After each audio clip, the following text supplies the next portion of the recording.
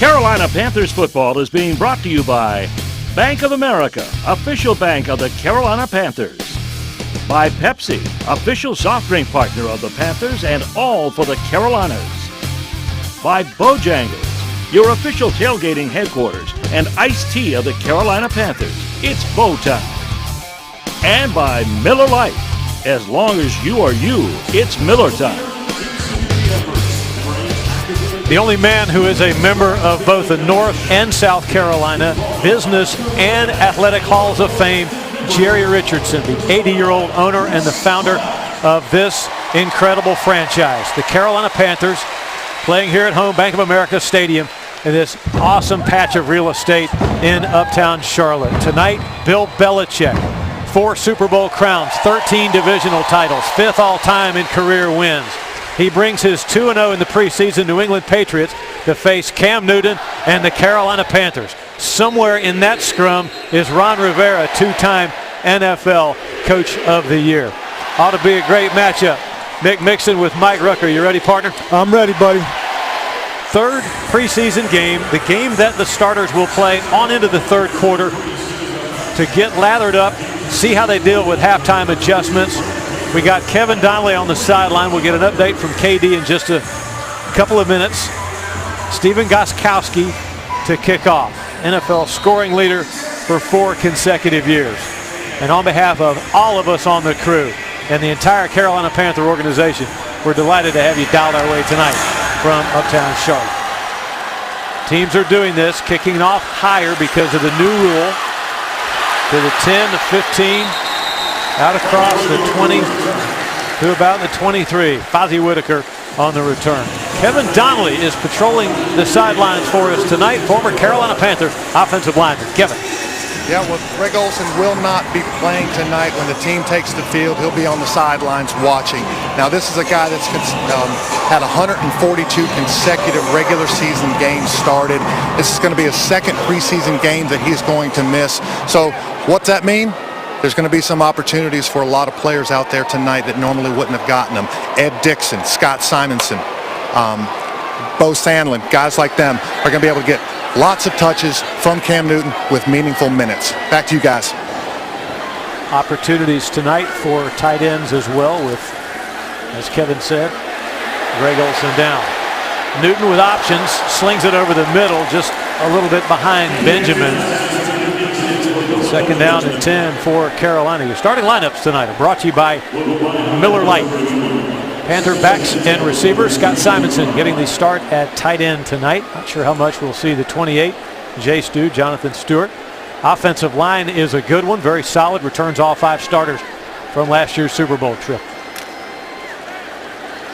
And Cam Newton redefining the way the position of NFL quarterback is played. Tight splits and a running play. Stewart tries to bend it back to the near sideline for short yardage. Third down and about 8. Upcoming, the New England Patriot defense. Long starting tonight in place of Rob Ninkovich, who's got a tricep. Collins, a Pro Bowler from a year ago, 5 forced fumbles to lead the NFL last year. And Malcolm Butler, the hero of the Super Bowl 2 years ago, Pro Bowl season last year. Third down and 9. Bunch trips right. Newton calculating. Good protection. Fastball near sideline, just off the hands of Devin Funchess. Oh, Newton had plenty of time there. Well, the first 2 pass plays, it seemed like it was just 7-on-7. He was back there. He didn't even have to move and was very comfortable. Guys that weren't open and weren't able to get the ball downfield. But so far, this offensive line has given him some time to throw the ball. Cyrus Jones checks in to track this Casey Redfern punt.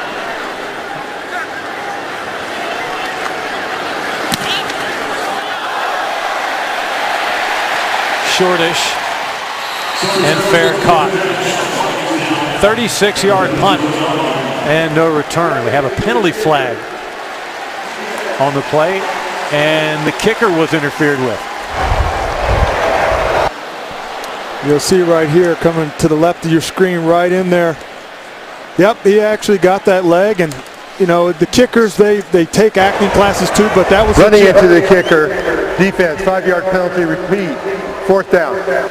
So Mike Cyphers, the punter, he's number 5. Casey Redfern, number 6 for the Panthers. Carolina still looking to find who's going to be the answer to the punter question this year. Cyphers, the former Charger, had a great career, but has been battling a sports hernia, Ruck, and getting interfered with, run into is not going to help that at all. Yeah, well, they're both, you see the competition, but, you know, part of the problem is this offense, the first 2 preseason games have been so active in taking the ball down the field that they haven't gotten a lot of work. So, you know, the coaching staff wants to see this competition and see somebody take the reins and get out front.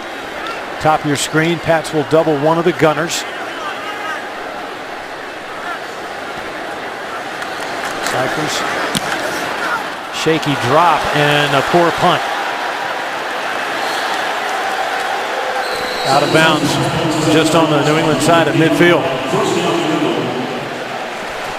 So the New England Patriots. Edelman, Amendola, Lewis, Blunt, and Gronk. Gronk does not play in the preseason, by the way. Hadn't done that since 2012. A lot of changes along the New England offensive line. You got Stork, been traded. Cooper Volmer out with injuries tonight. And at quarterback, Jimmy Garoppolo with Tyler Gaffney in the backfield. 1st and 10 from midfield. Play pass and a slant. Caught near side by Hogan. Good yardage to the Panther 32, a gain of 18. Well, the defense has started out fast here. It's like a broken coverage. Someone left open right there for a big gain by the New England Patriots. The Patriots are going to be a big test for this Carolina defense because they can throw the ball. They're very good and efficient at that, so it's going to be a good test. Garoppolo, Ruck, is the NFL's preseason game passing leader so far. Handoff sweep, and it's open. Gaffney trucking left, and it's a 1st down rushing for the visitors. Well, the thing about the New England Patriots, they're going to give you a lot of different looks, a lot of different formations, so you have to play your keys and to be able to play and beat this football club. The outside corner gets given up, and you lose security on the edge, and allows a big run for the New England Patriots. They were able to get the big fellas out front. Gaffney's authored a 44-yard touchdown scamper. That was against the Saints week 1 of the preseason. Screen, left side, complete to White, and then the Panthers stone it right at the line of scrimmage.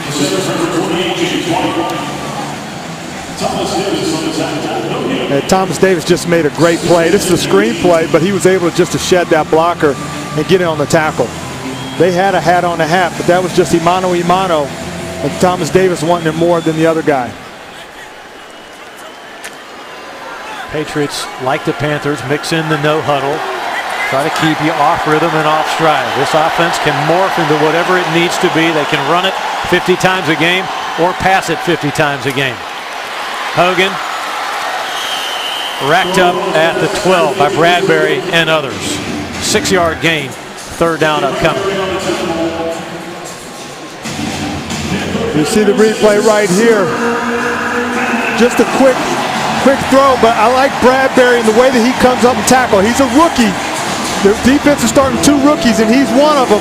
But I like the way that he comes up and he plays the edge and he can tackle. He talked about it last week that he can play coverage, but he can also tackle. 2-by-2 set, White in the backfield, Hogan the motion man from right to left. Oh, and almost intercepted. Garoppolo threw it up for grabs. And I think it was Luke Kuechly that could not hang on.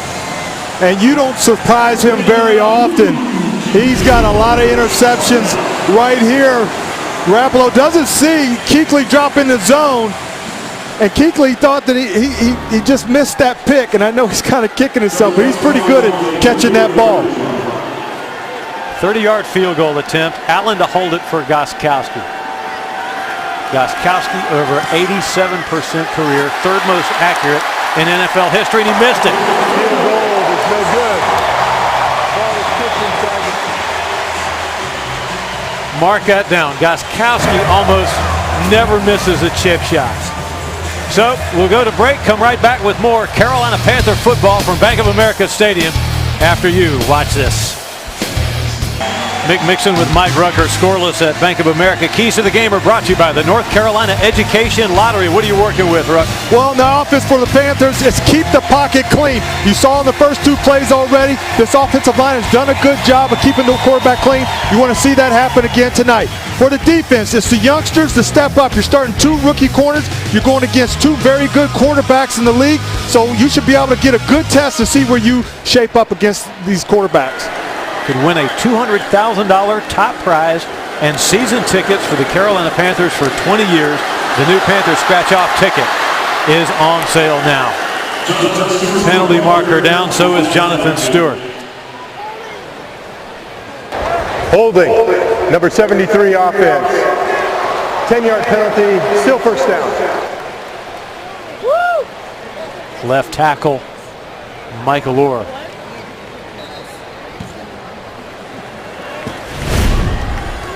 Jonathan Stewart right here. Nice move right here, but you see Orr get on the backside of that tackle. Anytime that you're on the backside of somebody, they're going to call that all the time. Wider line splits. Newton up and out to the right. Complete to Ted Ginn Jr. for short yardage. So the Panthers have had a hard time staying on schedule so far tonight offensively, Ruff. They have, but what I do like is that they are able to give Cam time. If you're going to give the reigning MVP of the National Football League time like that, the things are going to work out in your favor a lot more times than not. So I like what I see from the offensive line. Now it's just being able to connect with the receivers. 6-yard gain, second down 14.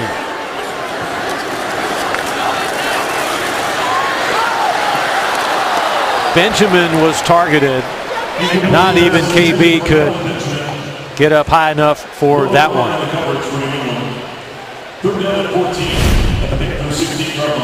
Again, time for Cam to be able to throw. He launches this with this strong arm. He doesn't like to throw. I don't know if it sounds like it was a communication thing, but this is what the preseason is for. Kelvin Benjamin was out last year with the ACL, so they're still getting on the same page with each other also. Tolbert in. Chatting it up with Newton. Got to get organized though. 5 on the play clock. Timeout. Timeout, Carolina. First team timeout. That face tells the entire story of the Carolina Panthers start. Back with more Panther football. First this word from your local Panthers station. It's early, but the Panther offense has been like that weed eater that started and ran pretty well last time we had it out. But despite a lot of pulls on the starting rope tonight so far, Ruck, there's no spark. What's going on? Well, the time is there, but they're not connected, the quarterback to the receiver. But what I like is Coach Rivera is letting these guys work it out on the field before he intervenes.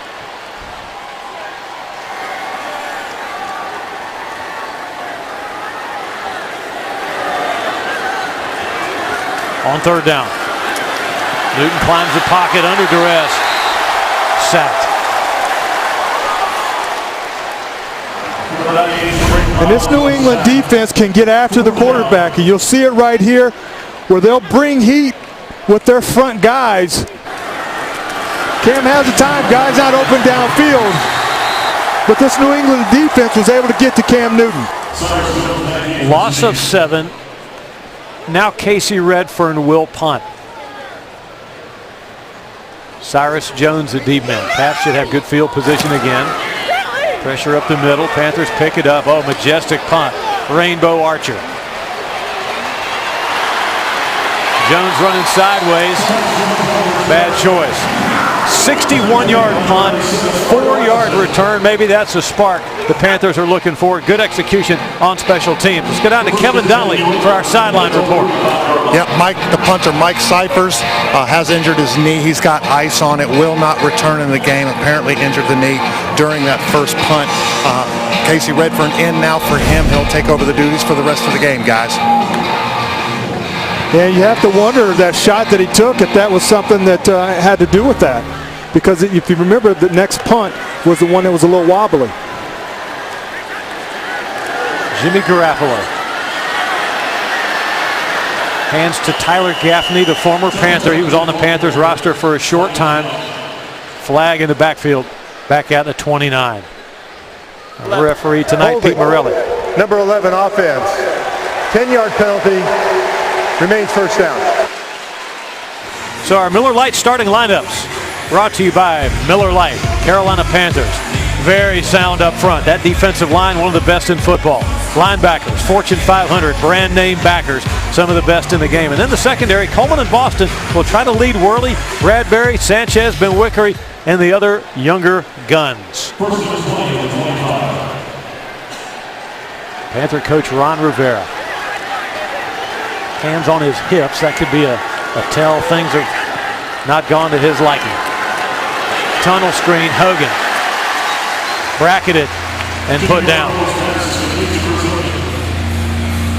The defensive ends, Ruck, on a screen like that have to kind of retrace your steps, right? Yeah, you have to retrace your steps going towards the ball, because it's usually when it's on the outside like that, it's a wide receiver screen, and you want to get back out there to affect it. Usually that wide receiver is coming back towards you, and if you can get back there, you can make a nice little hit on that little receiver. Garoppolo broke all of Tony Romo's, or a lot of his passing records at Eastern Illinois, from a muddy pocket, short of the tight end, A.J. Derby. Luke Kuechly was tracking with him.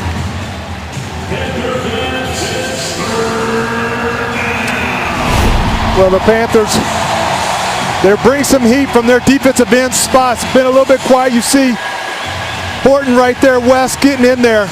But Luke Kuechly, he's like a glove in coverage. He's got savvy, but he also works extremely hard studying film. Pats go slot right on third down and long. Garoppolo. That might go as a 1-yard run. He got across the line of scrimmage. Thomas Davis touched him down. Yeah, Mario Addison on the top of your screen will come in, give a little bit of pressure, gets a hand on him, but you can see the speed of Thomas Davis and him not quitting on the play and getting Garoppolo down on the ground. This defense is real stingy on third down. Definitely D'd up. So Ted Ginn Jr. will have a look at this Ryan Allen punt. Allen's got a live leg.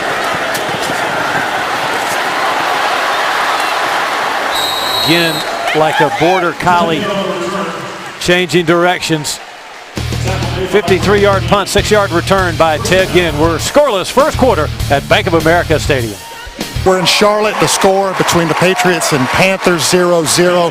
Cam Newton and the other quarterbacks were all huddled around Ken Dorsey, talking about some things with their routes, with some things going on in the field. They're happy with the protection.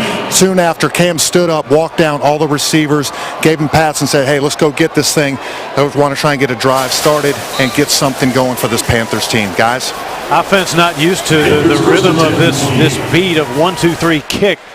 2 straight 3-and-outs. Panthers looking for their first down. Tolbert, zigzag motion. Stewart stays in the block, now leaks out.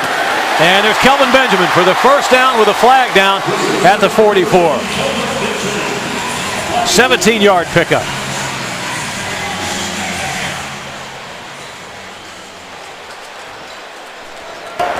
Pass interference. Number 13 on the offense. 10-yard penalty, remains first down.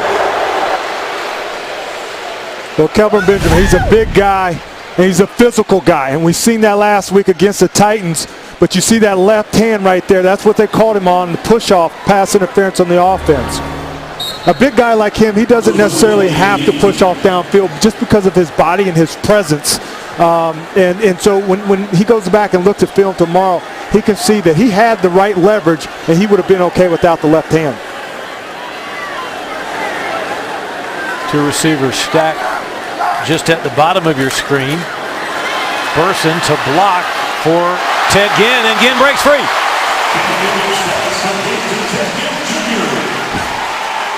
'12-yard gain. on first down. Man, I mean, 12 yards, and this should have been a tackle for a loss, but this is what Ted Ginn brings to this football club. When he could take one pass last week, he takes a curl for 61 yards, a simple curl. Here he just takes a quick wide receiver screen and makes nothing into something. And a good block by Burson. Yeah, Burson doing some chicken fighting downfield. Help wall the defender off. Give Ginn a little crease. Pat show blitz. Cam Newton will reset.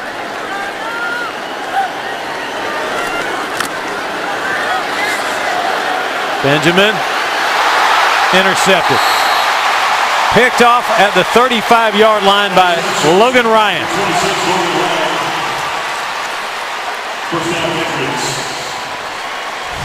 That's a good play by Logan Ryan. You'll see him have the inside coverage on Kelvin Benjamin. Panthers still looking for their first down. Back with more after a word from your local Panthers station. 0-0 at the stadium. Closed captioning is brought to you by Charlotte Eye, Ear, Nose, and Throat Associates, helping you enjoy the sights and sounds of the National Football League all season long. For more information, visit cinta.com.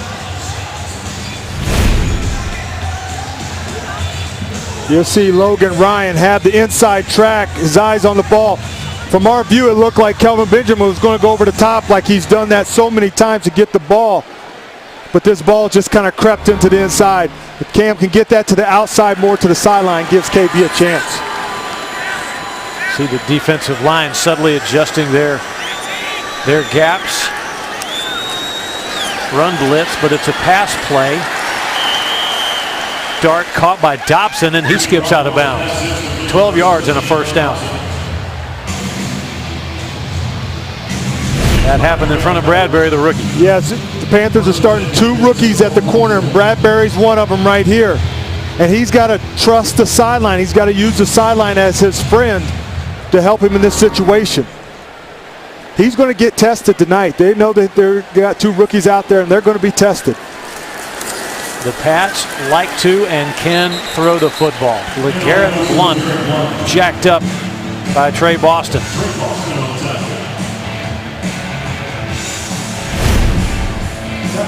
You'll see Trey Boston up here in this 8-man front. They know it's run. As a safety, you got to have your big boy pads, and Blount is a big running back. So for you to go play inside that sandbox in between those tackles, you bring your pads, and that's what Boston did right there. The tale of two cities in a way. The Panther defense has played well so far. Offense, not so much. Garoppolo improvising. And will kill the play. That throw has to get in front of the line of scrimmage, and it did. Charles Johnson giving chase. On the Geico scoreboard, some scores from around the league. This happened last night. Miami 56% on third down. They beat Atlanta handily. Atlanta had a hard time scoring. And then Tony Romo got hurt in the Seattle-Dallas game. Dak Prescott, 10-yard penalty. Playing well for Dallas. Scores brought to you by Geico. 15 minutes can save you 15% or more on car insurance. They called intentional grounding. You see the pocket just collapse, and you see Charles Johnson continue to apply the pressure right here. Garoppolo was able to just throw it, but they got him with intentional grounding.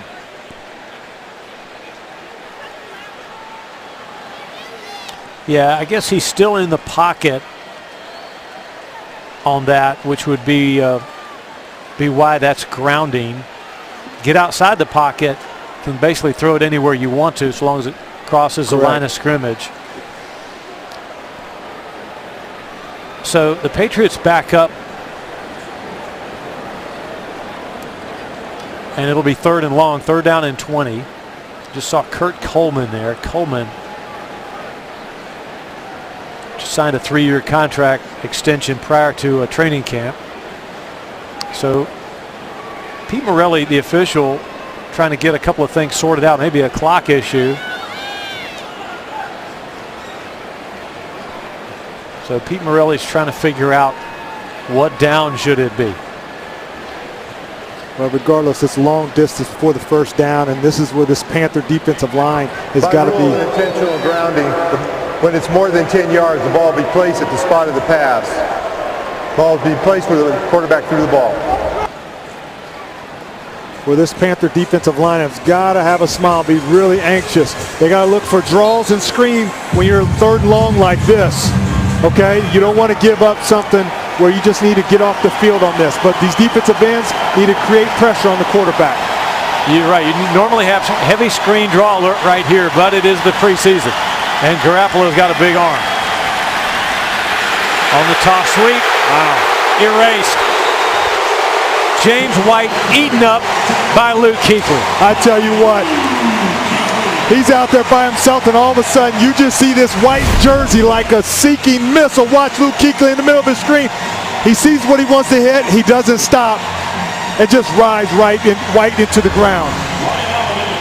Kuechly doesn't care if it's the parking lot, the stadium, preseason, or the Super Bowl. And I tell you what, those guys up front really allow him to run sideline to sideline. Dead again. Little basket catch. No blockers, but the boundary was his friend. And a flag down back at the 15-yard line. 50-yard punt by Ryan Howard. During the return, illegal block in the back. Number 24, the receiving team. Half the distance to the goal, first down, timeout. So the Panthers looking for their first down of the game when we come back to Bank of America Stadium with the score. Patriots 0, Panthers 0.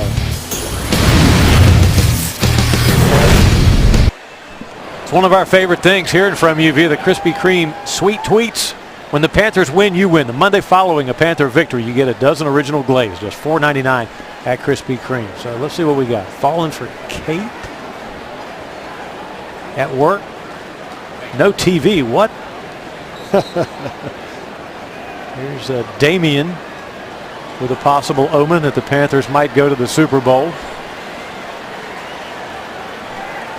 Right now, Carolina's got to get a first down. Newton and his receivers have not been singing out of the same hymnal so far. Fake run and a completed pass. Funches. Funch is another one of these young receivers, tall, lanky, but has a body mass that can just shun out the other defensive defender. So, you know, you're looking, you can see that Mike Schuler's just trying to get some rhythm going, just trying to get the ball out fast, get it into guys' hands to make some plays. Favorable down and distance.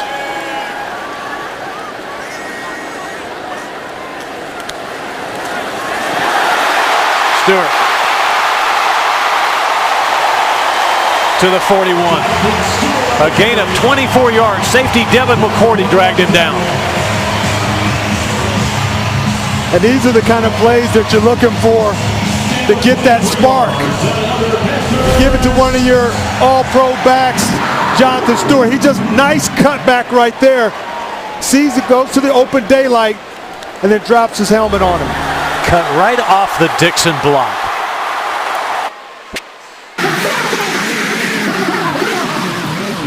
Newton, Dixon, almost caught. And Dixon is whacked by Malcolm Butler.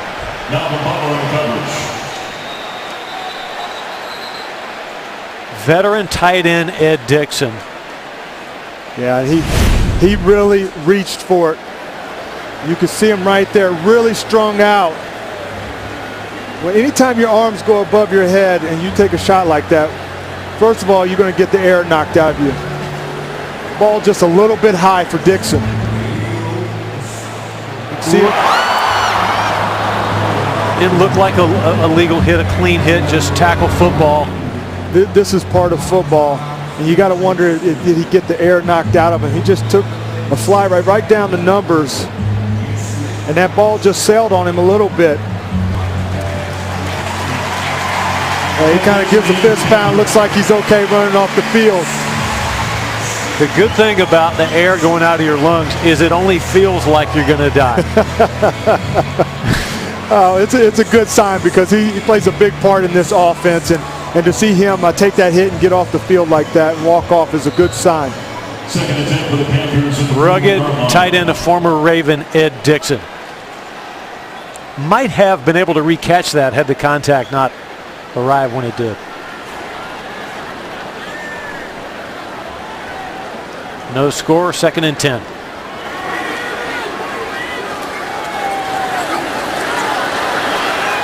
Another cutback run by Jonathan Stewart. This time he cuts back into contact. Trey Flowers. So here's another look at some of the great tight ends, and the Panthers have 2 right up on the top in terms of their robust nature, Mike. You know, this is a physical game, playing football, and you got to be on the field to make plays. And so when you have 2 of your key tight ends in the top 5 as far as consecutive games, that says something for you. One setback, Tolbert. Newton getting bouncy.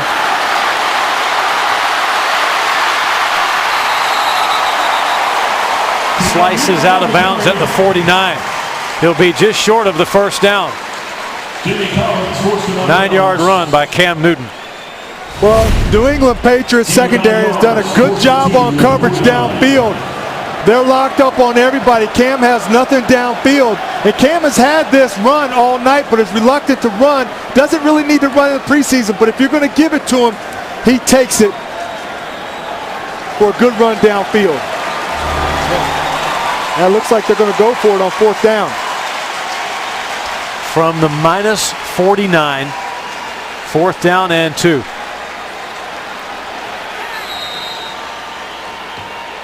Timeout. It will be the Panthers' 2nd. Timeout was called before the delay of game. Timeout, Carolina. 2nd team timeout. 30-second timeout. If you're going to go by the name of Riverboat Ron. But, you know, he's the last few years, this has been his MO, and it's really paid out for him. And it keeps the defense off balance because you got to be at attention because you just don't know if they're going to go for it. Here you're at midfield. Obviously, he wants to see something on 4th down and get a spark for this offense. They get this, they can get some momentum. Would it be accurate to say, Ruck, that so far in this game, Cam Newton, that the ball is sailing on him a little bit, or that wild high throw has returned? I would say that's correct. He has really worked on that ball, not sailing and getting it down. This first quarter, the ball has been a little bit high, and that's something that they're going to talk to him about. He's got to bring that ball down because there are some guys that are open. So 4th down, 2 yards to go.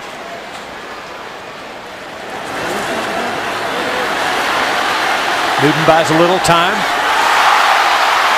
Had Burson open, and Burson couldn't make the grab.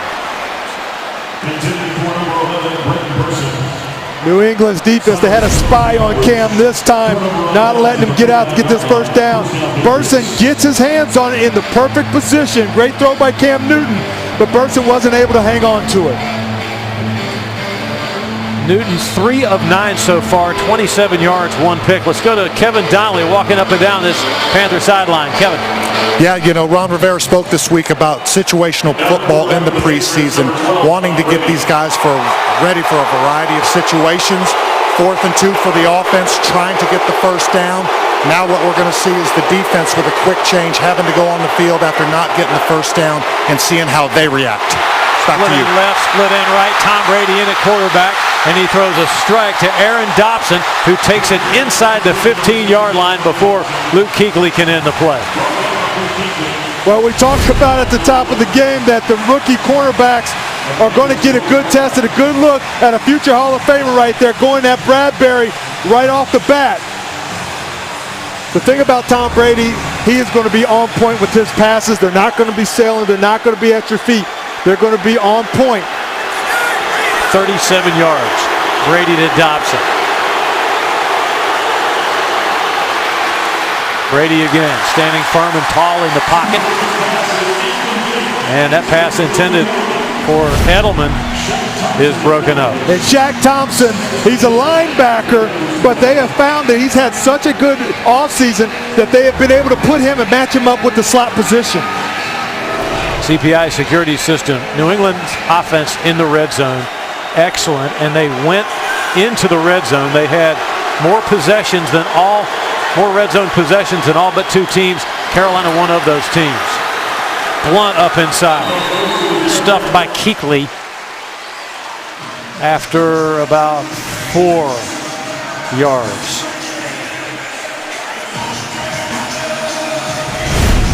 And pretty good right here at the point of attack. You see everybody got a hat on a hat, getting off blocks. You got a big running back like that and Blunt, you have to rally. It's not a one-man tackling machine. You got to bring the whole party to it. Blunt out, right in. 3rd down 5 from the 7-yard line in a scoreless game. Late first quarter. Short drop Brady. Touch pass, end zone, incomplete of Martellus Bennett.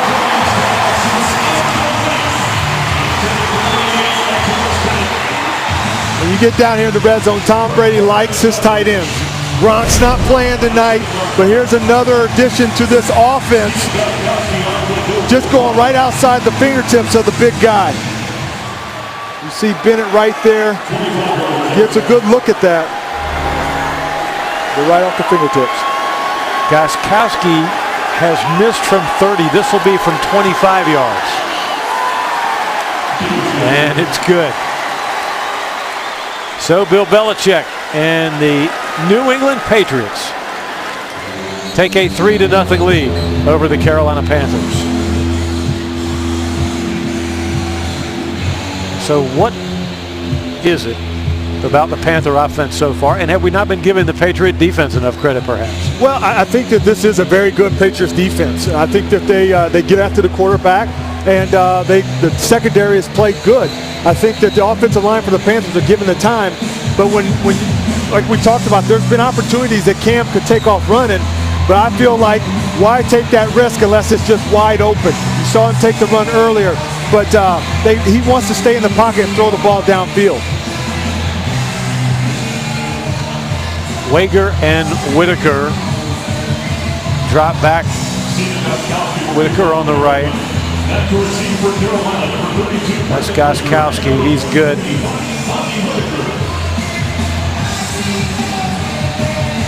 Newton likes to stay loose. I mean, he just almost never, well, I say never. Sometimes he'll sit on the bench and put the towel over his head. But in a game like this, when he has not been sharp, he can't wait to get back out there.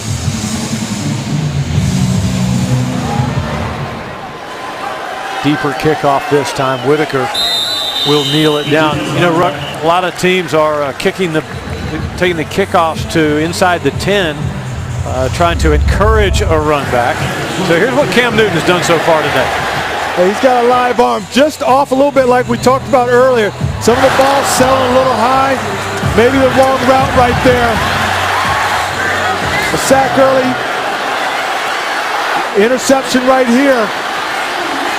I think what Mike Shula needs to look at is maybe going to some more slants, some screens, just to get Cam settled down, to get that ball out of his hands, some short yards, just to get some movement going.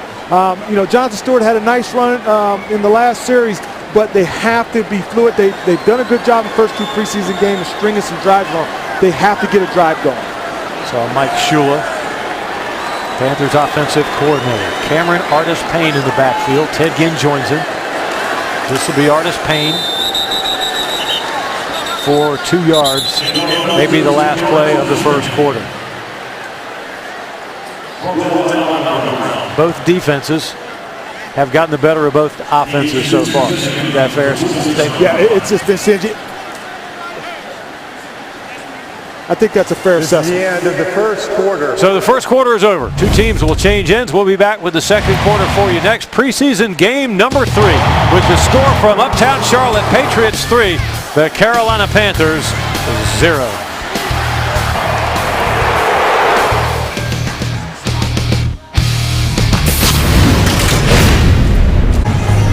First quarter stats are brought to you by Bank of America. And the stats, Mike Rucker, are suggestive of preseason football. Yeah, when you look at, first of all, 3rd down, no one's got that 3rd down right there, and then penalties. I mean, you got 6 penalties in the first quarter. I don't think either coach is happy with that.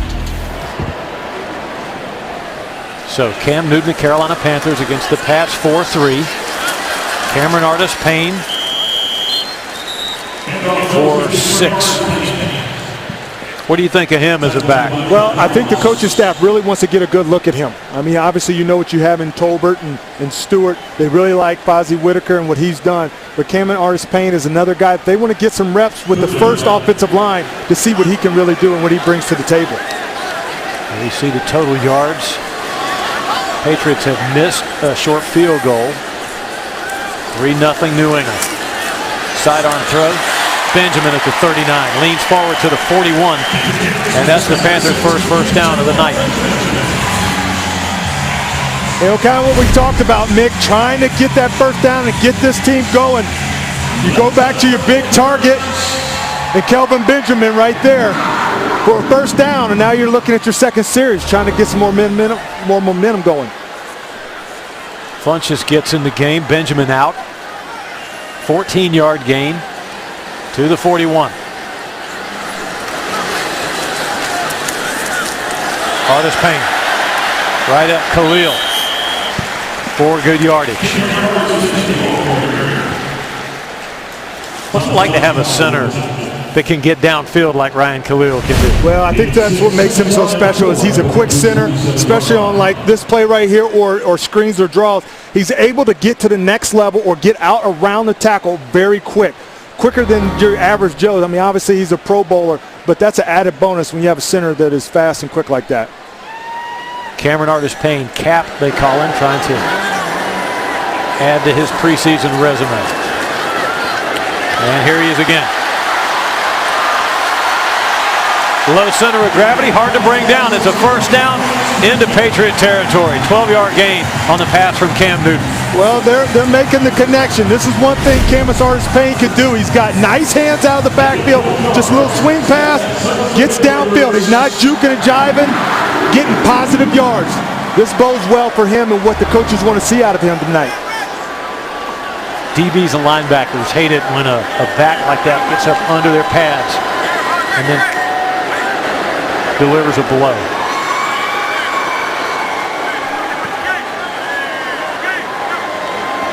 Play clock ticking down. Middle crowded. Artis-Payne bounces it right. Flag down. Holding. Number 84 offense. 10-yard penalty, still first down.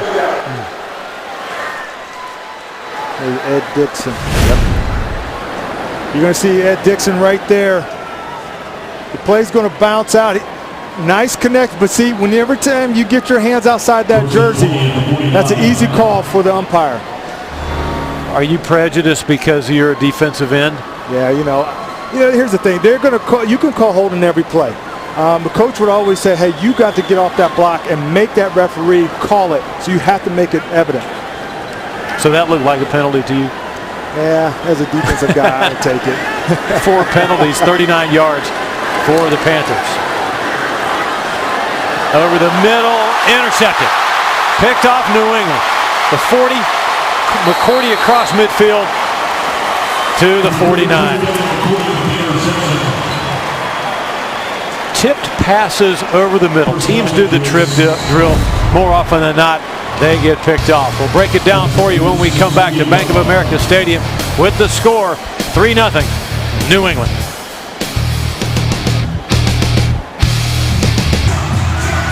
The NFL's reigning MVP, Cam Newton, getting coached up by Ken Dorsey. Derek Anderson eavesdropping on the conversation. 4 turnovers in the preseason. 2 of them have come tonight. And we'll show you that tipped ball and the McCourty pick after this play. Brady turns to the near sideline, hands the ball off to Gaffney. And Gaffney to the 33 and a first down. Okay, here's the interception. Chris Long, 9th-year player out of Virginia. How did he get through, Rucker? Well, he acts like he's going to come and he just drops back in coverage. Just gets his fingertip. Can't pump. Saw the wide open Funchess coming across the middle. But Long tricked him. Chris Long tricked him by dropping back in coverage.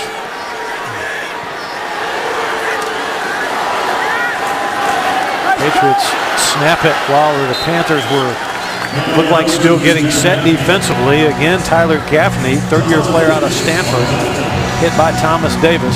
2nd down and 5. And the New England Patriots, they're good with making these cutbacks and wham plays. I mean, the 2-run plays they start out with get big chunk yardage. And that's the one thing that's a little bit tough in the preseason when you don't see wham plays and cutbacks like that because your offense doesn't play that way and you don't have a lot of time to game plan.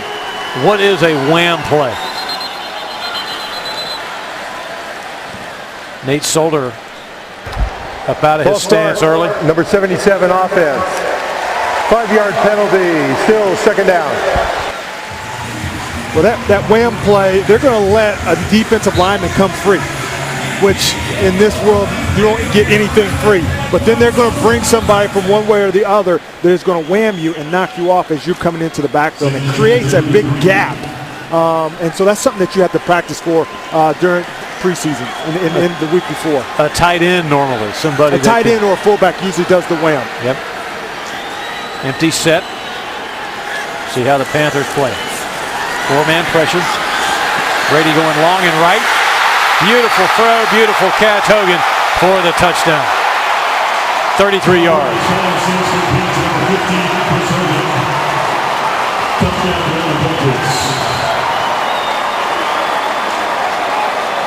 I tell you what, Tom Brady's been on the shelf for a couple of weeks, and he has come out on fire. I mean, you'll see right here, matched up against Ben Wickery, who's had a good preseason. Ben Wickery, I'd like to see him get more of a jam on him at the line of scrimmage to mess up Hogan's timing. But that release and Tom Brady putting the ball in the right spot, that's a tough play. Patriots will go for 2.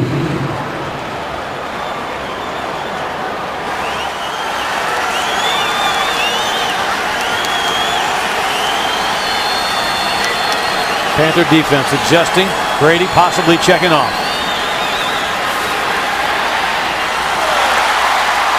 That pass had a lot of gas on it, and Dobson could not get but just a fingernail on it. So the Panther defense holds on the 2-point try, but Tom Brady and Chris Hogan strike for 33. It's Carolina trailing New England 9-0 in the second quarter.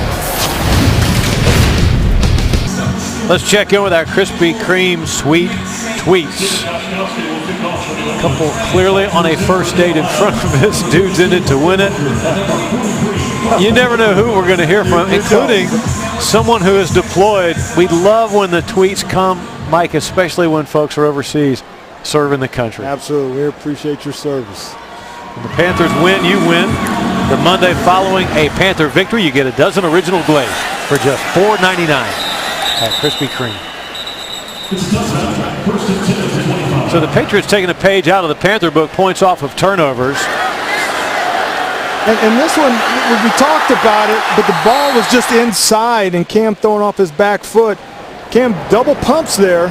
I don't think it was necessarily a bad decision. Chris Long was just in the right spot to get the tip of it. So not the best start for Cam Newton, and still plenty of football left. I mean, no need to panic. No. And I actually everything is kind of really rolled their way. And so this is a little bit of adversity, which I kind of like because they need to know that this is still hard and it's not going to be easy. Artist Payne tripped up right at the mesh point of the option.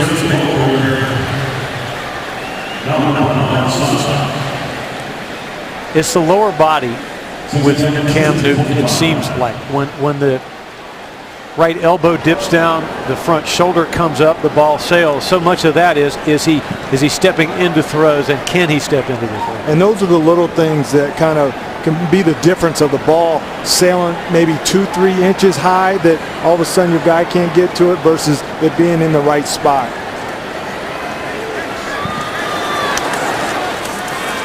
Patriots single high safety. Tackle box crowded. Ted Ginn covered tightly.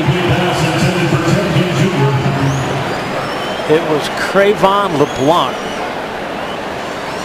on Ted Ginn. You're going to see Ginn right there getting off the jam. Ted Ginn has got so much speed that sometimes it just looks like he's driving a car how fast he gets off the line of scrimmage. 3rd down and 10.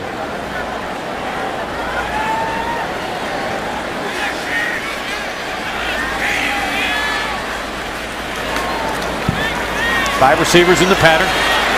Newton with choices. Fozzie Whitaker short of the first down. And this is a great example of Cam wanting to go downfield, and he's got a safety valve in Whitaker, but he takes the safety valve and he dumps it off. Cam has talked about when he talked to Mr. Richardson, the owner of the Carolina Panthers, take what the defense gives you. If you got a wide open back, get the ball in his hands, let him make hay. Exactly, because many times, and Fozzie Whitaker didn't do it there, but many times the back can be a hero. Absolutely. The Redfern punt. Wobbly spiral. Cyrus Jones with some free yards, and he'll take them. Tripped up at the 42. So the Patriots lead the Carolina Panthers 9-0 on a beautiful night in the American South. Back with more football after a word from your local Panthers station. See the Panthers score. New England 9, Carolina 0. Scores from around the NFL are brought to you by Geico.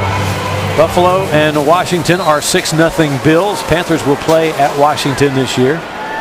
15 minutes could save you 15% or more on car insurance. Give Geico a call and see if they can save you some money. Brady remains in. That's Blunt. He loves jumping over people. LeGarrette Blunt, that's a trademark of his, is hurdling defenders. First down to the 40, a 17-yard run. Yeah, Luke Kuechly not happy with up front and how the New England Patriots are running the ball. You see there's another wham play right there. Freeing Blunt to get into that secondary.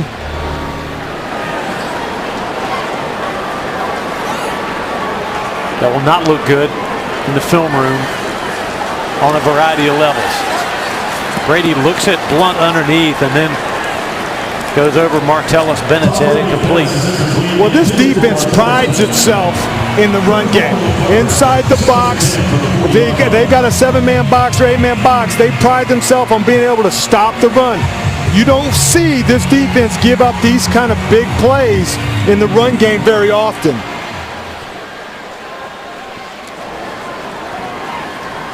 Kuechly knows only one speed, of course, and that's full on. Brady from the Panther 40. Edelman pummeled by Bradbury. Good tackle in space by the rookie corner. Yeah, that was a good tackle. Dropping back in coverage, keeping the guy in front of him, and then driving the tackle. You saw how he wrapped the legs up? There was no way that he was going to get out of that tackle. Good tackle by the young rookie. Formed him right up, didn't he? He formed him right up. That was textbook right there. James White in the backfield. Hogan in motion. He's been a pest. 3rd down and 4. Tom Brady. He bobble it? Incomplete. A.J. Derby.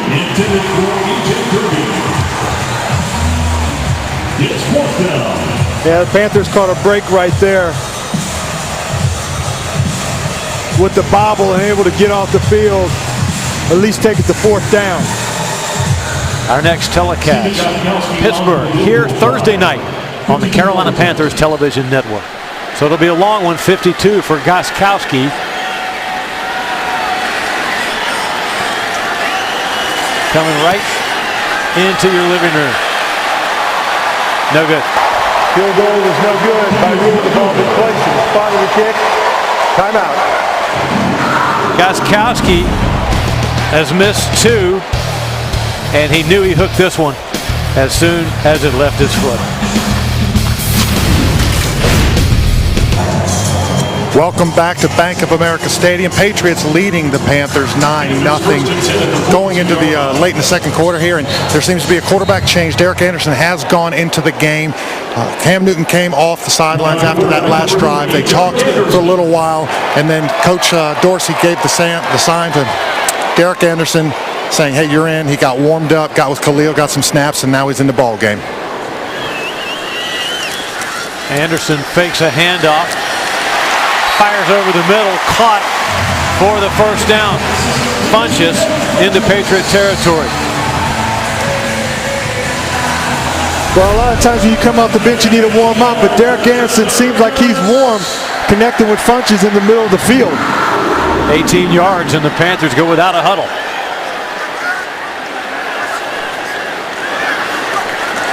The late blitz coming. Ball's out of there quickly. Caught by Funches, and then he was tattooed at the 31. Fumble the ball. It will go as a throw and a catch for 9 yards. Well, you can see what Shula's doing. He's trying to get the tempo up with quick plays. You can see Derek Anderson getting the ball out quickly. He's trying to get some energy going and trying to get a drive going. False start, number 74, offense. 5-yard penalty remains, second down. So let's go back to Cam Newton for a second, Mike. With the starters supposed to play into the third quarter, why do you think the Panthers changed quarterbacks right here in this game? Well, it could be a couple of things. Maybe he got the snap counts that they wanted him to get. I mean, regardless of what the outcome of his play was on the field, there was a certain snap count that they want everybody to get, and maybe he reached his. The second thing is, this is a preseason game. You are looking at the Denver Broncos on Thursday night, week 1, and that has got to be your priority. You want to get guys oiled up, but you don't want that one accident to happen that can hamper the number 1 guy on this team at the quarterback position. Not everything that happened poorly for the offense was his fault, but will it be hard for him to marinate on this until the regular season opener, because he probably won't play next week? Well, he's a competitor, and I think that, you know, if you played the game long enough, you'll have some tough games. You have some games that you want to play through. I think that he's going to be all right. He's matured. He's a guy that can play this game at a high level. I think he's going to be fine week 1. Meanwhile, the closest thing to an emerging star in this game offensively has been the second-year receiver out of Michigan. Now again, Derek Anderson and Funches, that seems like this drives combo. Again, you see tall, big receivers in this offense that can go up and snag the ball out of the air. Beautiful catcher of the ball, Devin Funches. Big hands and knows how to triangulate. Receiver spread out, low snap, handled by Anderson. And he pumps the throw, almost intercepted. Trayvon LeBlanc had a great opportunity. Well, you know, Mick, you'll see the jam. These receivers, if you're a big receiver, you're going to have to get your hands on them. And you saw him try to jam him and knock him off his route. And then he was able to turn inside. So it was good coverage. If Derek could just get the ball out in front, he might have had a shot right there. Good defense by LeBlanc. He's been the Patriots' leading tackler in the preseason. Rookie out of Florida Atlantic. Second down and 10. Cameron Artis-Payne. Shoulder to the outside, and then he just dipped inside and got what he could.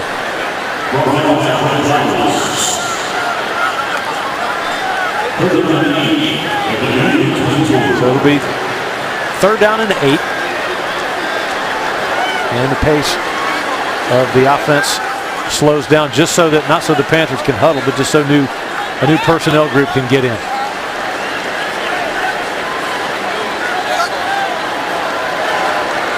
Big play.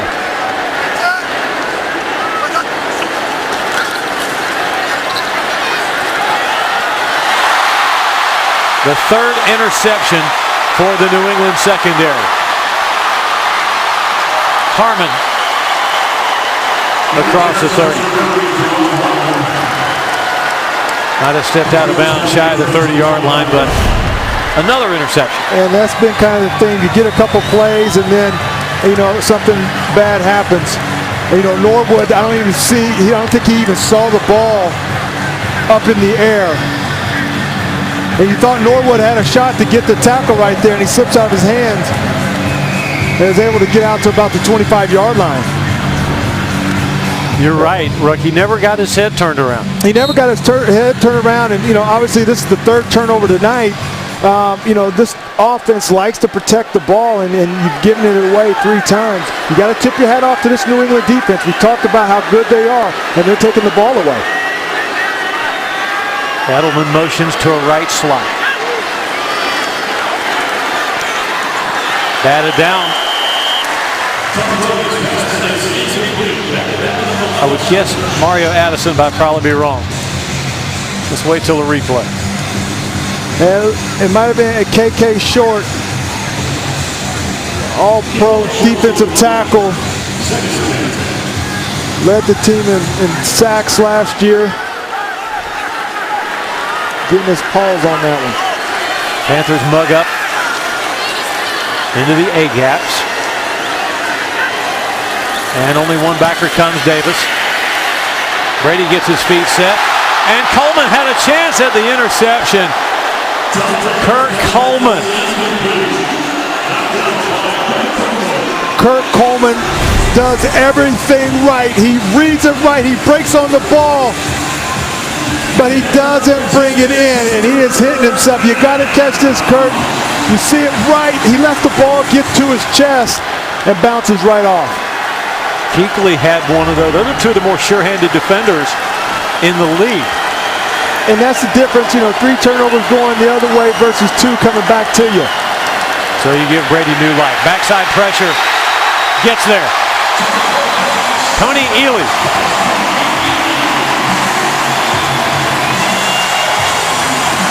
Tony Ely, a young defensive end out of Missouri who is starting to emerge. You'll see him do a little twist game and come right inside over the center, up the middle. And then you have Mario Addison making Tom Brady step up in the pocket, coming right to Tony Ely. Great look across the field. Both gunners being doubled. Chance for a run back. Left-footed punter. Ball will spin counterclockwise. And Ginn could do nothing but make the fair catch. 45-yard punt and no return. 3 minutes until halftime. And at halftime, Chuck Howard will be live in our Charlotte studio. And let's go to Chuck and see what is on the menu. Chucker. All right, Mick, thank you very much. Tonight is Alumni Night here at Bank of America Stadium. And coming up at halftime, we catch up with one of the all-time leading rushers and greats of the Carolina Panthers, Stephen Davis. This summer, we had the chance to return to Spartanburg, South Carolina, Davis's longtime home and childhood home. And we profiled his legendary Carolina roots, and we reflect on the Carolina Panthers' run to Super Bowl 43. Much more with that great coming up in the second half. Back to Mike and Mick. Looking forward to it. Thanks. Cam Newton checks back in, and he sidearms it to Devin Funchess on a shallow cross for 3 yards. Justin Coleman on the side. Second and 7 at the 37. What do you make of it, partner? Well, they got me on this one. And sometimes, kind of like in baseball where the coach has got to come out to the mound and kind of talk to you. Maybe that's just something where they wanted him to regroup and then to get back out here. Bunch trips left. Newton reverses out and aborts. Jamie Collins brings the heat. Quarterback's out of the pocket. And this is a good play and a good decision by Cam. He rolls out. He doesn't have anything. So, 1, he's not going to force anything. And 2, he didn't run it to put himself in harm. He just threw the ball away. Good decision by Cam. You'll see the pressure coming right up the middle on the backside A-gap. Third down and 7, 37. Cam makes a good decision. That's what his athletic ability gives you. 9 out of 10 times that average quarterback would have took the sack right there, but instead he rolls out and buys some time and then throws the ball away. Good call, Rook. I think you're right on it on Cam Newton coming back in. Maybe just get some air in his lungs, just take a look at it from the sideline, and then come back in for more football. Fastball right on the money. Plummer on third down. And it's tough to get your mojo back when you do put the ball in the right spot. It just seems like this offense is just off a little bit. Either the ball's high and the receiver's open, or the receiver's open and the ball's delivered right where you need it to be. Ted Ginn just not able to bring it in. It happens. Burson had one he knows he'll catch next time. So like we said, these stats will not look good for Cam Newton, but it's a team game. This time they're ready for a punt, suboptimal. Kicks out of bounds at the 20-yard line near side. 43-yard punt. It will look better on the stat sheet than he hit the ball. So what's going through his head right now? Well, he's looking at all the throws. He's replaying these plays in his mind. And I guarantee the competitor that he is, he's thinking, like, how can we get this offense going? Now, I guarantee he wants that ball back. Hopefully this defense can go 3 and out and get him the ball back so he can work a 2-minute. It'd be a good way to go into halftime with a little bit of energy underneath your belt. Anderson this year, and I think maybe even Joe Webb, they've had some work in 2-minute. So the Panthers would love to get Cam Newton some reps with the red ball as well. Handoff goes to James White. This is the 2-minute warning. And we're at 2 minutes. 2 minutes to play in the first half from Bank of America Stadium. And we'll be back with more after this word from your local Panther station. Through Friday at 7, only on NFL Network. It's the National Football League on the Carolina Panthers television network. Mick Mixon, Mike Rucker, Kevin Donnelly with you. Beautiful night in Charlotte. Panther defense has had moments, played fairly well. Both teams really have had some issues throwing the ball to the other team. Panthers could have easily had 2 interceptions had Kuechly and Coleman hung on. 2nd down 8, Garoppolo. Twist on. He lofts a pass for Hogan and is too tall. Ben Wickery following him step for step. You know, New England brings in Garoppolo, wanting to see him with the #1 offense and running this 2-minute drill. And you've seen both teams, we talked about it in the break, both teams kind of shifting in starters and backups and really just trying to get a flow and get guys in certain situations. Next week, we're right back here. Thursday night football, Pittsburgh. Here's a blitz, Thomas Davis, and then a delayed blitz coming, but Garoppolo escapes. Ball's out. Patriots fall on it at the 19. You know, we talked to Sean McDermott. You know, he doesn't like to pressure a lot, but you'll see them blitz, and you can see the speed of Thomas Davis, who shoots the A-gap, loops around, and walks Garoppolo down for the fumble. That was incredible football.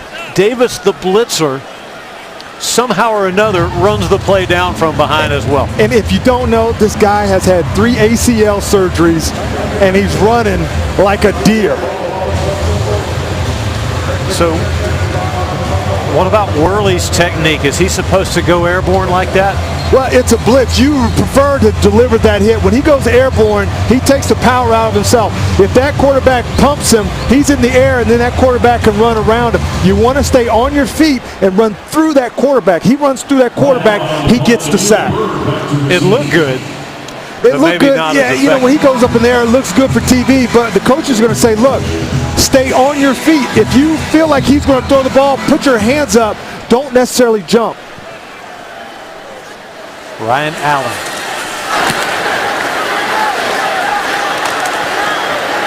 Fair catch. Secure. Demir Bird. So on the orchestrator, that last Carolina Panther blitz. Well, you'll see the corner blitz coming right here, right to left, wide open. See, if he stays on his feet, he runs through that quarterback, and you deliver a punishing hit. But Thomas Davis, the speed that he has coming through the A-gap, as we talked about, and walking Garoppolo down from behind and getting the fumble. Now here's Cam Newton coming back in. We talked about earlier, like, hey, this is where he wants to be. When you said, hey, what's he thinking about? He's thinking about working the 2-minute drill before halftime. The perfect setup just for the reps to get Newton a look at 2-minute in the preseason. Fozzie Whitaker just off his right hip. 3-by-1 set. Burson blown up by Hightower. And Burson's one of these guys that's trying to vie for that slot spot. You'll see him come across the middle. When you come across the middle, you got to have the toughness to be able to take hits like that, and he's done that. 2nd down 7. Newton pumps once. And the pass incomplete of Funchess near side.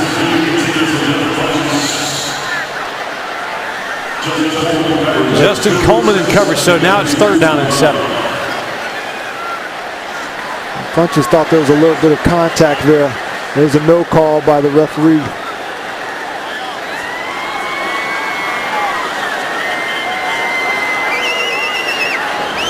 This is a key 3rd down. I think if you're the Carolina offense, you've got to want to say, we've got to get this 3rd down. Yeah, just for how you feel about yourself, if nothing else. Good clean pocket for Newton. Ted Ginn at the 35-yard line, incomplete.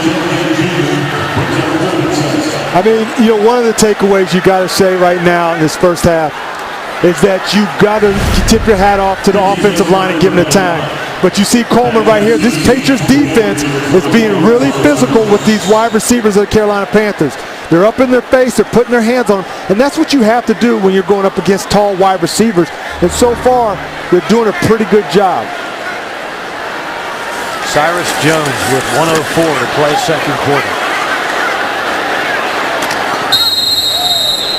Fair catch made at the 12. 43-yard punt. No return. Newton working over that wad of gum on the sideline.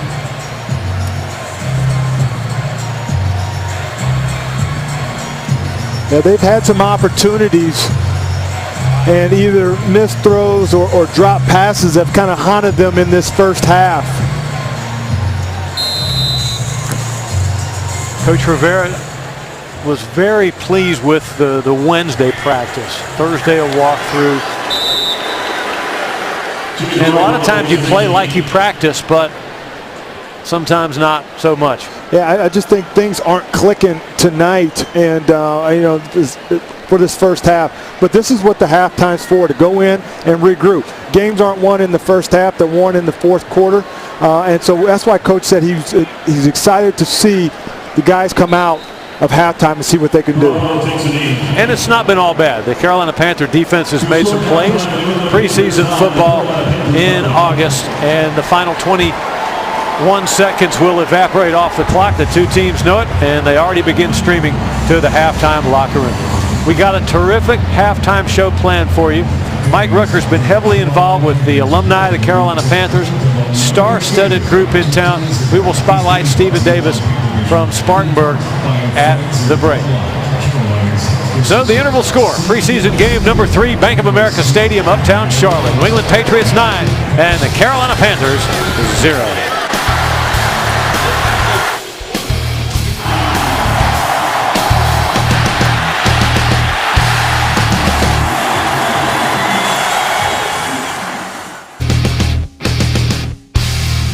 Carolina Panthers football is being brought to you by Autobell Car Wash.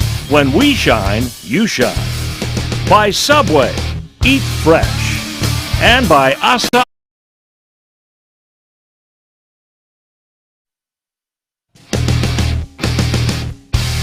Carolina Panthers football is being brought to you by Touchstone Energy, North Carolina's Touchstone Energy cooperatives powering the lives of 2.5 million North Carolinians.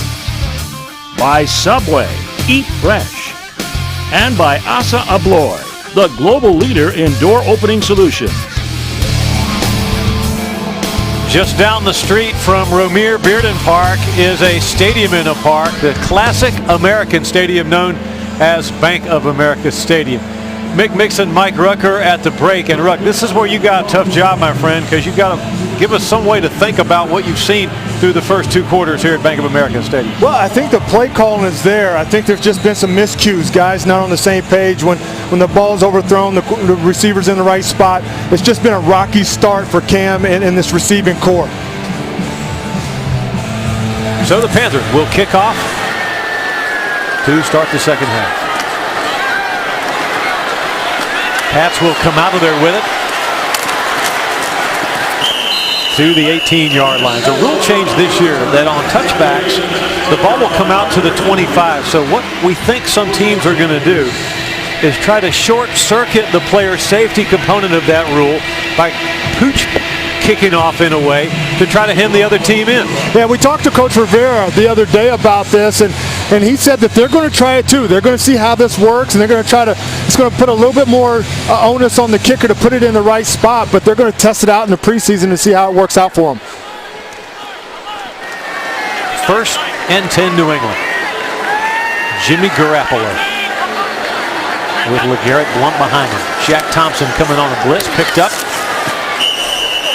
And Hogan for 5 yards. James Bradbury made the tackle. This is Coach Ron Rivera on the Panthers playing in the second half. The important thing is really to see how they come out after halftime. We haven't done that yet. You know, they played the first quarter of the first game, got to the second quarter of the second game. Now we'll take them into the third quarter, see how they react coming out at halftime.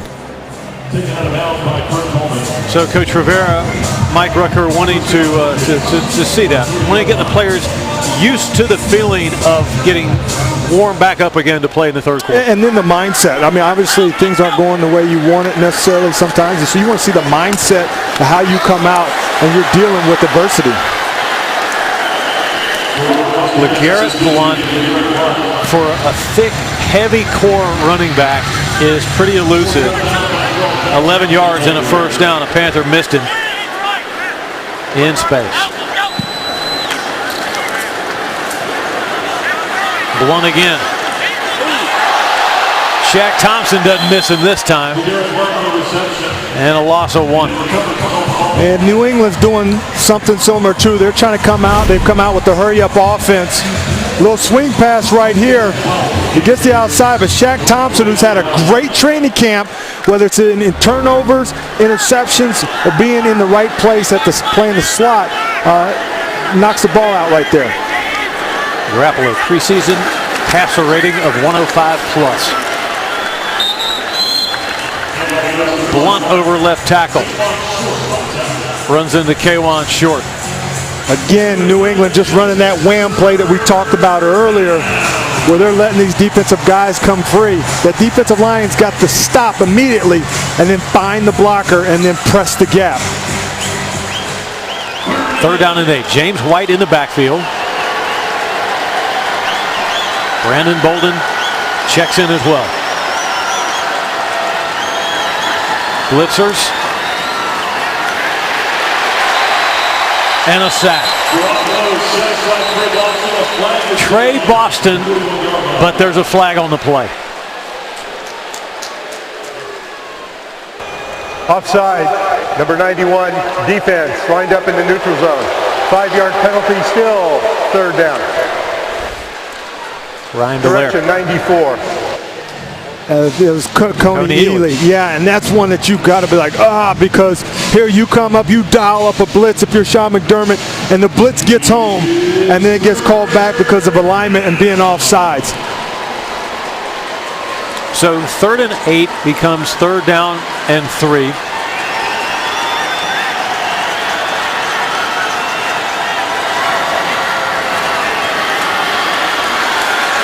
And New England doesn't make it. They could go for it on 4th and a yard, but James White is stood up and thrown backward. Again, you know, Shaq Thompson, this is all the weight room right here. This is Imano. Who's going to push the pocket? You see Shaq Thompson right there digging those legs from those squats in the offseason, and he doesn't allow that first down. Now, they're going for it, but you allow yourself to play for another down. Good job by Shaq Thompson. LeGarrette Blount, the lone setback. Close. Don't think he made it. Guess who? Kuechly. Guess who? Would you have not? Hey, you wouldn't have thought it was anybody else but number 59, Luke Kuechly. One of the highlight plays of the night, turned in by the incomparable Luke Kuechly. Timeout from Bank of America Stadium in Uptown Charlotte.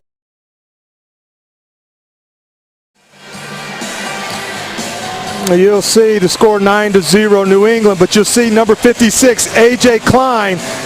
Now that's a hold. He gets whipped around, and it looks like his head hits one of the offensive players, and that shoulder, he was kind of shaking that shoulder when he got up, Mick. In that sort of soupy undertow of a play, many times little dings and nick. I mean, it's an incredible game with bodies flying in so many different areas. O-line all flowing left. Cameron Artis-Payne wrestling for 4 yards.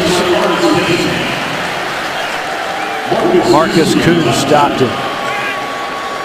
You got out of the game, Ruck, with all your faculties, hips, neck? Yes.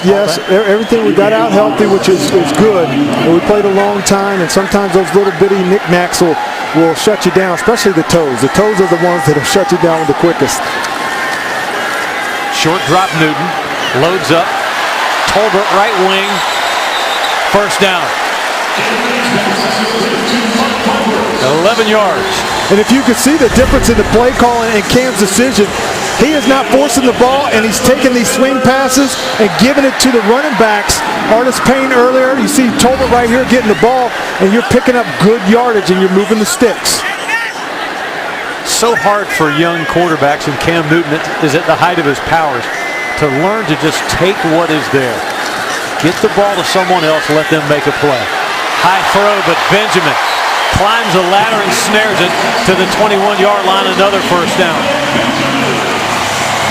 Again, this starts with the offensive line giving Cam time. We've talked about it all game. It's a nice, clean pocket. Ball a little high for KB, but that's why you got your tall receivers, that they can go up and get that ball.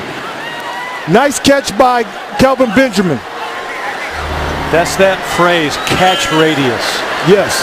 When you have a tall receiver and then he can jump even higher, that's what he can do for you. Tolbert with Dixon blocking. Weeble wobbles to the 16. Deron Harmon on the tackle. Gain of 7, second and 3, Patriots 16. Definitely looks like a different offense on this drive. Here's our CPI Security System red zone offense look. Carolina Panthers in the preseason. Like to have a few more tuggies in this. You do, and that's something that, you know, playing in the preseason, you know, the ones weren't in as much early in these first 2 games, and so that could be a factor of some of that. But you'd like to see a couple more in the TD column. CPI is great, by the way. The official security and home automation company of the Carolina Panthers. Cameron Artis-Payne, good move in a tight spot, and he's got the first down. Another thing about Cameron Artis-Payne that I like, he can run inside the tackles, he can catch the ball, or he can run the sweeps.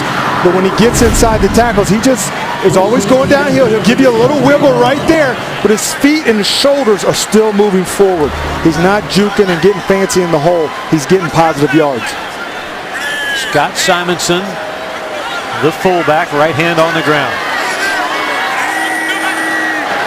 First and 10 from the 12. Cameron Artis-Payne. Tackle from behind and from in front. Got to the 10. Not a whole lot going on right here, but Cameron Artis-Payne still getting positive yards downhill. And, you know, we talked about the passing game, Nick, you know, this evening, but the running game, they've had some big plays. They've had some big runs, and so it's been kind of overshadowed by some of the passing game. This is what's known as an empty set. Cam Newton in the pocket by himself. He's got company, unwanted company, but Cam Newton's improvising. The throw, oh! Dropped by Dixon at the mouth of the end zone. Wow. I mean, there's so much to talk about in this play. New England draws up a blitz, but this is what Cam gives you. A big body, the presence of seeing the blitzer rolling out. But he's not running. He's still looking downfield. He puts a lot of pressure on the New England defense. Is he going to run? Is he going to throw the ball? Ed Dixon drops the pass. He catches that, and that is one beautiful play. 3rd down and 8 from the 10. 2 on the play clock. 1. Panthers get it off. Newton looks left, now comes back to the right. Now he's off script. Field goal time.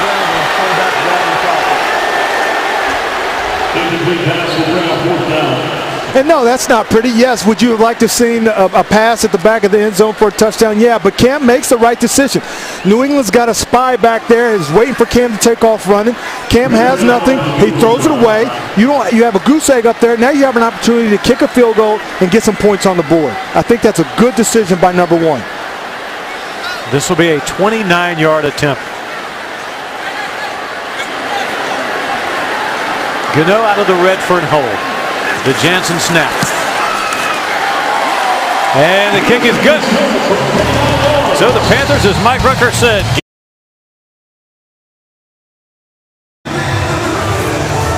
up here in the booth as the Panthers are now on the board and have trimmed the pass lead to 6 points. We are just about ready to introduce you to a real luminary. But first, the Panthers scoring drive. 40 yards, 9 plays, featured a couple of nifty 11-yard pass completions before the drive bogged down. Took 4 minutes, and then Graham Gano put it through the pipes from 29. After the kickoff, we're going to take a break. And then after the break, you're going to meet a Hall of Famer.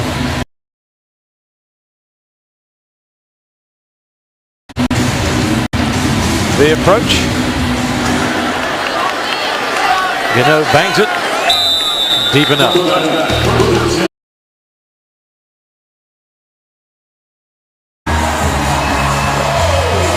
Kevin Green, when he played for the Carolina Panthers, played with that effervescent joy, overwhelming physical skill, and he got upfield.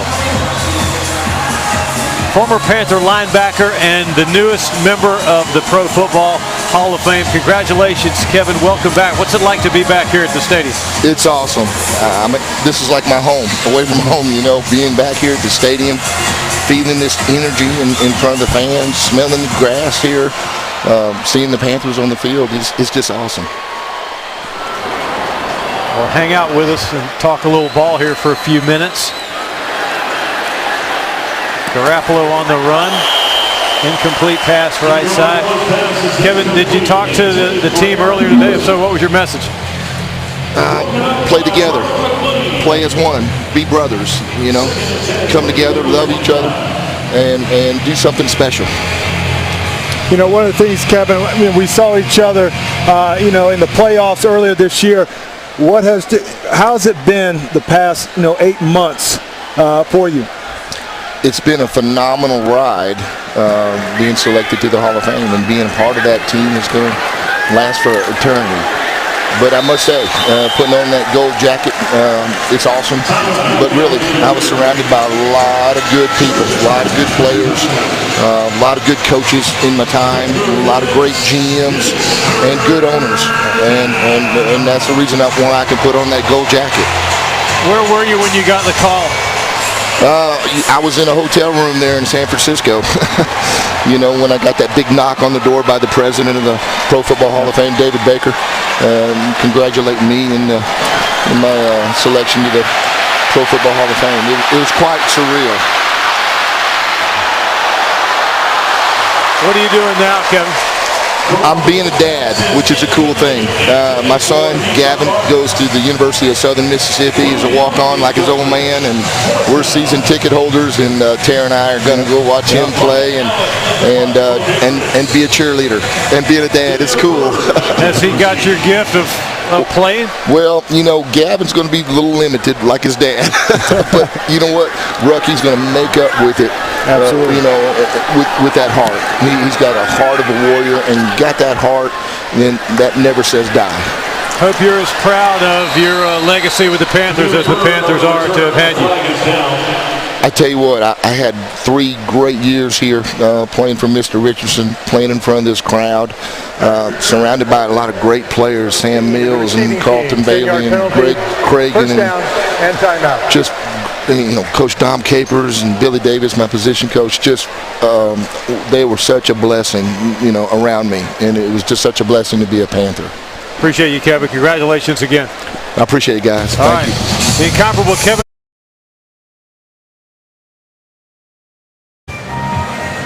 On our Sweet Tweets brought to you by Krispy Kreme, you never know what might happen. We might find a lost dog. Or someone might suggest that Mike Rucker come out of retirement. Oh, no. Now, mentally you're sharp, but I tell you what, you got quarterbacks and receivers on this field that are bigger than me. So my time is long gone. Blitz up the middle. Newton delivers to Benjamin.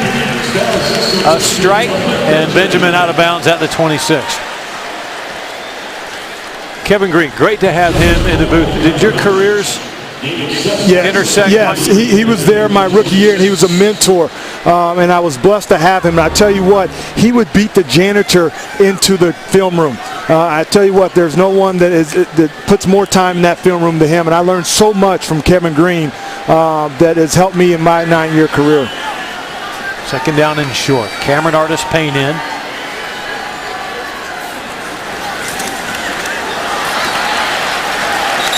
Dixon from Newton, short range, and a first down.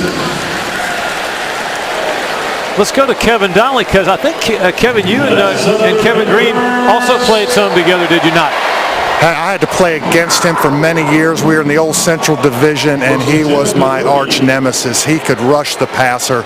He seemed like that Pittsburgh Steelers defense always had a game plan dialed up to stop the Oilers and Warren Moon, and I was so glad to see him retire. I'm glad he's in the Hall of Fame, but he was not a mentor to me. He was a big pain in my backside.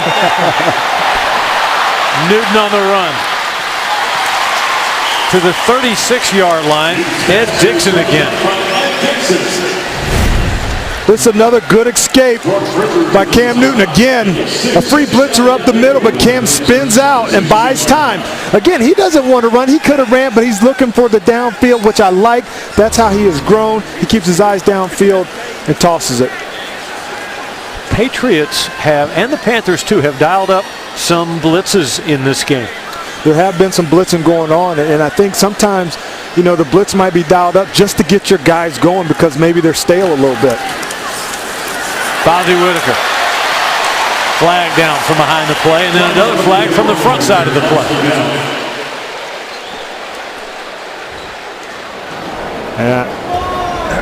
Holding, number 73 offense. 10-yard penalty remains, second down. Michael Orr.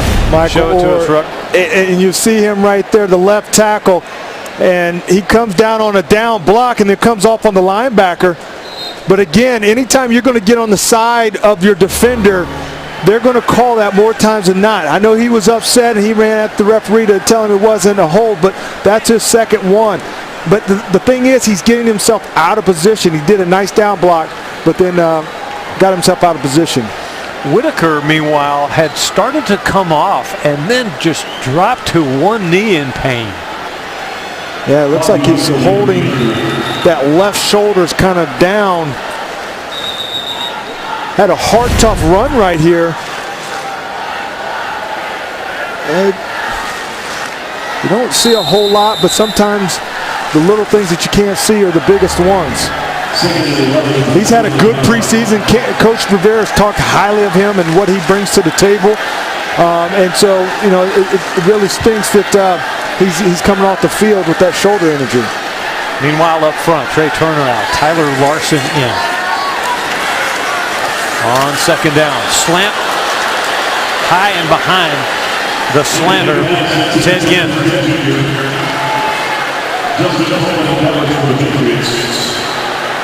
Again, I think Coach Rivera, obviously Cam and some of these ones are in longer than maybe expected, but I think he's wanting to get something going. Again, just another miscue. Whether the receiver broke off the route or Cam threw high to the outside. Either way, that's kind of been the story of tonight. Third down, 11 in a 6-point game. Newton, plenty of room, plenty of time. Look long, tucks the ball, and throws it out of bounds.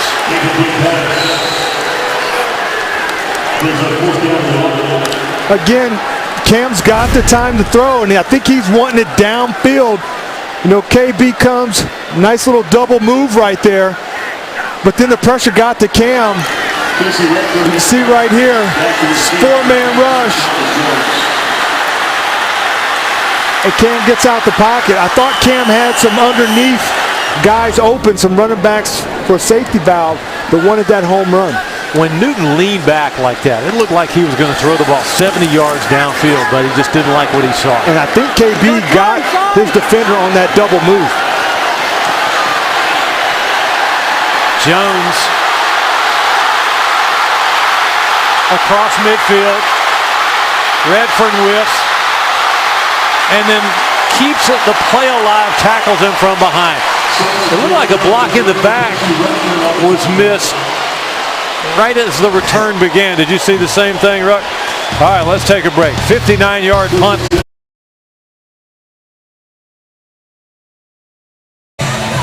On the replay, just to the numbers right side, Ruck. That's where I thought the block in the back had occurred on Sanchez. What'd you see? Well, you know, you're going to find this all the time, but what I see is two guys. You see McLean right here get pushed out of his lane. That's okay, but now he's got to come diving back in and get back in his lane, and that's where he left the gaping hole for this return. McLean has got, if he gets pushed out of his lane, he's got to get back in. And if he isn't, Horton, number 96, has got to see that he's out of his lane. He's got to cross over and fill in for him. Meanwhile, Jacoby Brissett's a good look at Thomas McGahee, one of the new special teams coaches for the Panthers. Somewhere right in that Patriot huddle is the 7, Jacoby Brissett. Third-round draft choice out of NC State. Foster with him in the backfield. Brissett hit as he throws, but it's complete to Foster.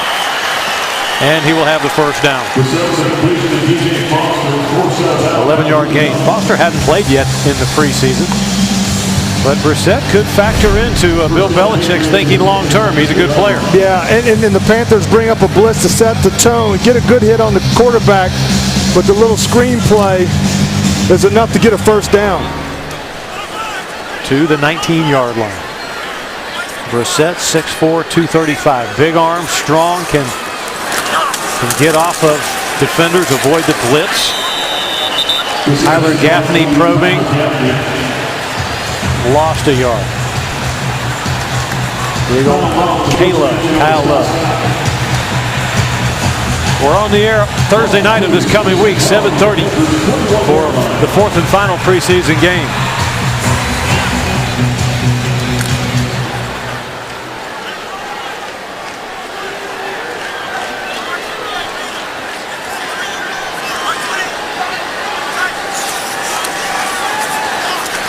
Swing pass, Foster.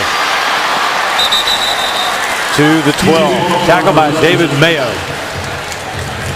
9-yard gain. Here's our red zone stats courtesy of CPI, the official security and home automation company of your Carolina Panthers. This was last year the Panthers defense in the red zone. Mike, how does that hit you? Well, it's about the middle of the pack. So, you know, obviously, you know, if you talk to Sean McDermott, the defensive coordinator, he can always say there's always room for improvement, and they've gotten some opportunities this preseason to work on their red zone. Third down and short, and a touchdown. New England throws a look into DeAndre Carter for 12 yards and the score. New England, their offense looked real comfortable in this drive. You see the front four trying to collapse the pocket, but then you leave a little bit of a seam, and this Patriot offense can take advantage of a small seam. 15-3 New England.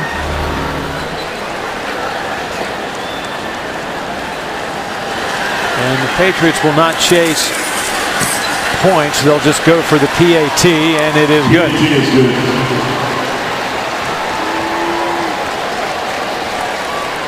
So a 13-point New England Patriot lead.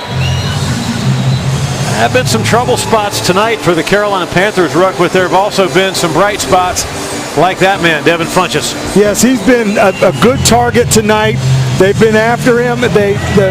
The New England defense has tried to jam him at the line, but he has found ways to get off the line.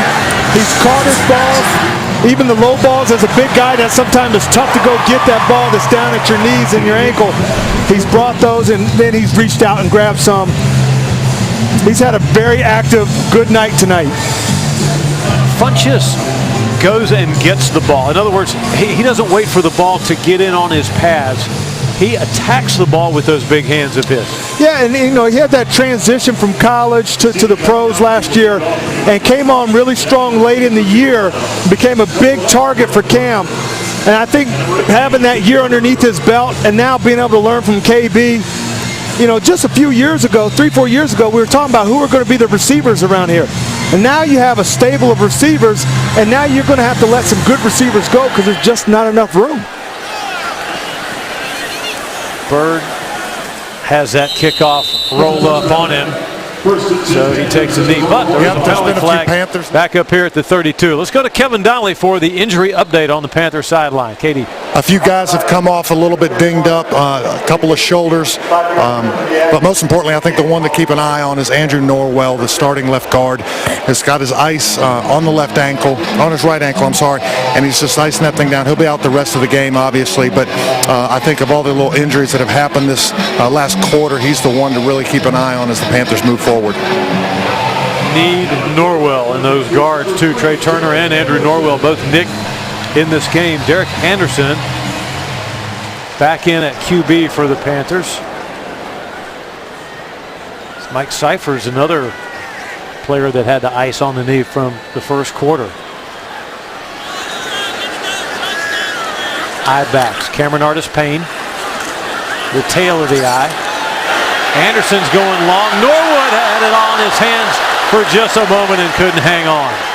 That's incomplete, intended for Kevin Norwood. Justin Coleman. Well, Kevin Norwood uses some of his speed.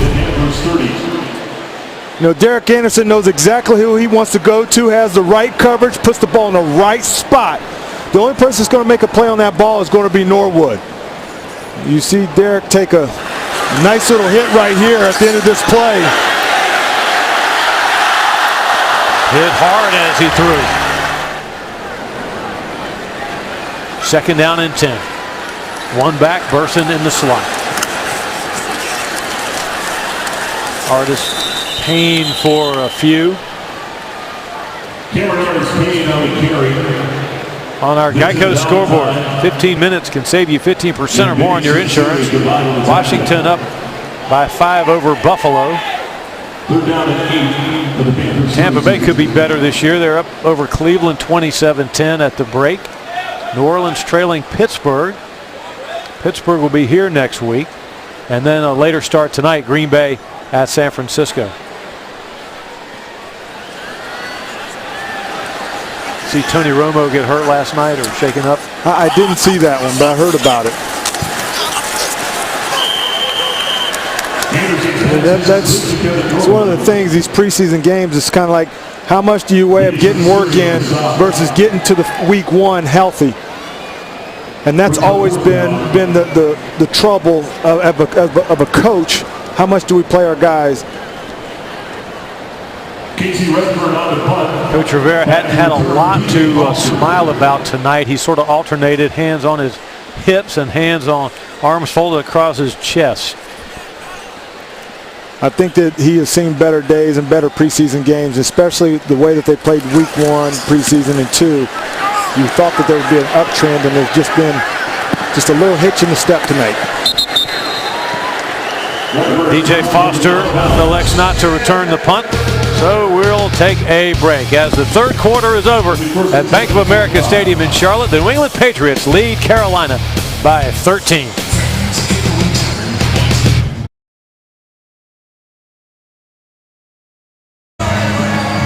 Fans are still here cheering their Carolina Panthers on. Fourth and final period upcoming. And you see the score. New England up by 13. Your stats through 3 quarters are brought to you by our friends at Bank of America. Michael. Well, I think that you see the things that really stand out are third down, both 1-and-1, and the turnovers. I mean, it's been a sluggish side for both teams. But I guess on third down, I guess the defense, you can tip your hat off to that. Gaffney 71 offense, 10 for yard about penalty. 5, but Still first a down. holding penalty on the offense. Cameron Fleming, backup O-lineman. New England starts their season at Arizona. Then they're home for 3 in a row: Miami, Houston, and Buffalo. They've won the division 7 straight times. Can you believe that?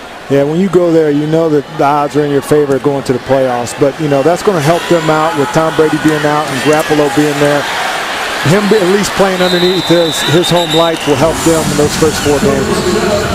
Jacoby Brissett dragged down. Robert Thomas. Panthers really like this young man's strength. He played with good leverage, Mike, and good pad level. Yeah, they've liked him, and they've wanted to see him early in this game with some rotation, got some early snaps.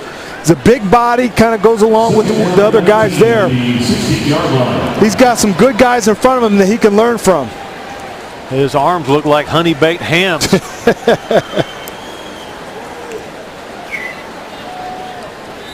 The only thing about him and his position is it's so deep. First team timeout. Patriots call a timeout. Robert Thomas from Oklahoma played at Arkansas.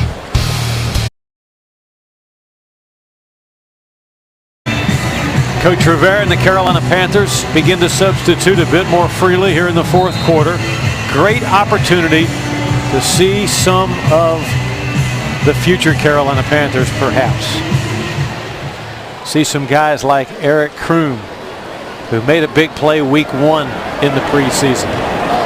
Brissett to the tight end A.J. Derby for good yardage on the first down. 20-yard gain. Well, you'll see number 50, Brian Bletchen, doesn't get the best jam on the tight end, and tight end gets this free release right in the heart of your defense.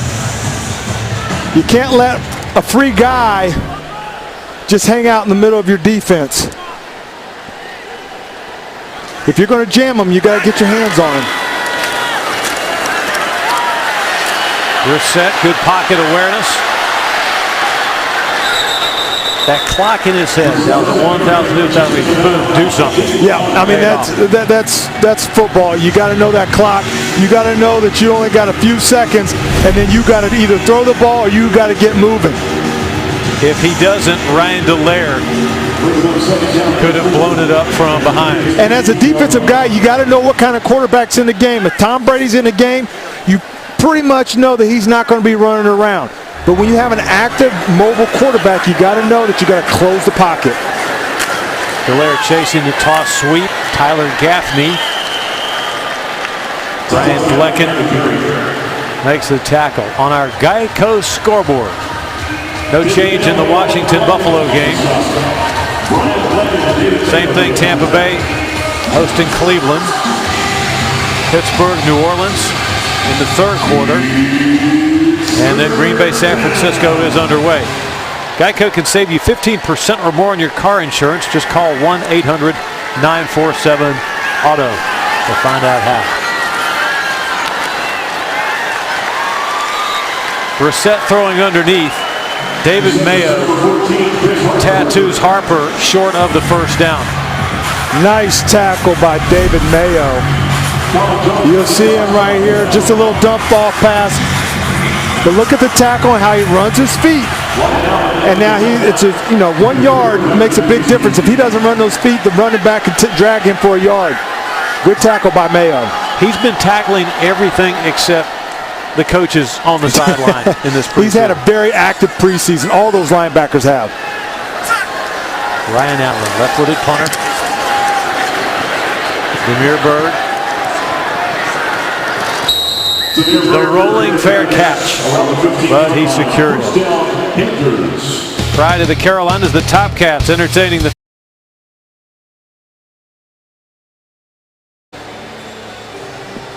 Let's go to Kevin Donnelly down on the sideline with one of the best tight ends in the game, Greg Olsen. Kevin. Thank you, Mick. Yeah, I'm here with Greg Olsen. Obviously, disappointed he didn't get to play tonight. But how do you feel? How's the back doing right now? I'm doing great. I've had a good week of practice, good workout today, and just didn't feel like we needed to go out there and push it too much. So, but there's no question, a couple weeks in Denver, I'll be ready to roll. Well, I know you wanted to be out there bad tonight, and the offense obviously didn't perform at a level that they were hoping to. What did you see out there from your perspective, what needs to be improved on? Yeah, it just seemed like we were a little off, and I'm not sure why. It just seemed like just took turns missing some plays. You know, we had some opportunities, and just for whatever reason couldn't connect. We were a little off in some of our assignments or communication. So those are things we need to get addressed and fixed, coming up here fast. Well, I know you're winding down the preseason. You got one more game next week, and it's unfortunate because you have your baby brother, Kevin Olsen's going to be playing in a game next Thursday night at Louisville with University of North Carolina at Charlotte. They got a big game at Papa John's Stadium in Louisville. You guys are tight as a family. I know you want to be there and be able to see that. Are you going to be able to watch some games this season? Yeah, I'll miss that opener because I'll be standing here on the sidelines for the Pittsburgh game. But, I'm happy for them. I'm proud of them. Go down there and just compete. But we'll get to watch them a handful of times this year on some of our Thursdays, some of our bye week off weekends. And I'm looking forward to watching those guys. All right, one last thing, as a professional and being a 10-year vet, you obviously got to where you are by setting goals and high, things to try and achieve every season. What are your goals for this season going in your 10th year? What are some things you'd like to do personally and see as a team? I think the biggest thing is just try to impact the game on every play, with or without the ball. Be a guy that Cam can rely on. Be a guy that Cam knows where I'm going to be. Deliver me the ball. Come up in clutch moments. Make catches when we need them. And just try to kind of be the guy I've been the last couple years. Well, thank you for your time. I hope you heal well, and good luck on the season. Thanks, buddy. Greg Olsen gave one of the great speeches, Ruck, at the Charlotte Touchdown Club a couple of months ago. Talked about his son, TJ, born with a malformed left ventricle, the struggles the family has gone through there. Talked about the team, Charlotte, Mr. Richardson, Rosalind Richardson, etc. It was no notes. It was linear, no umming and ahhing. It was unbelievable. Greg Olsen. All right, we'll take a short break. And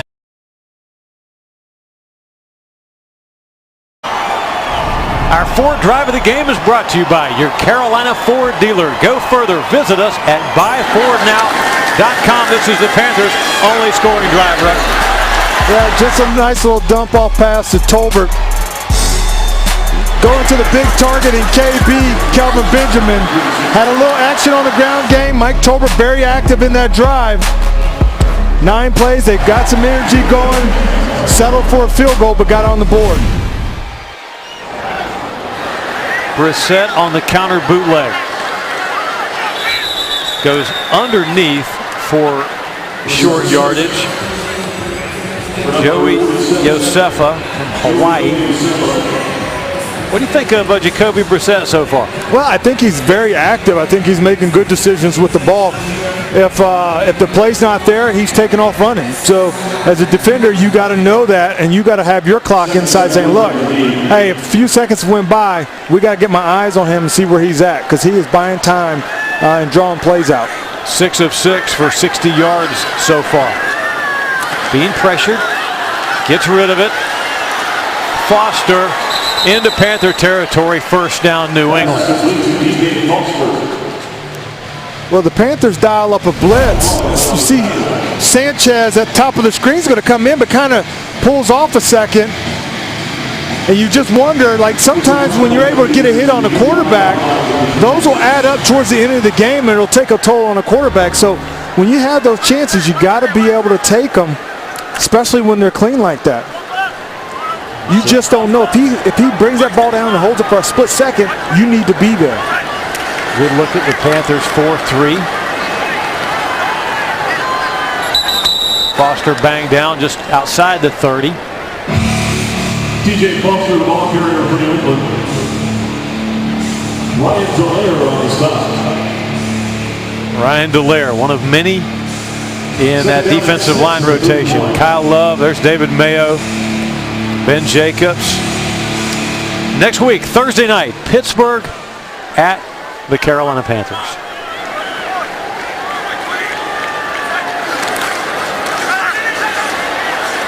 Fake run. Brissett sets up to throw.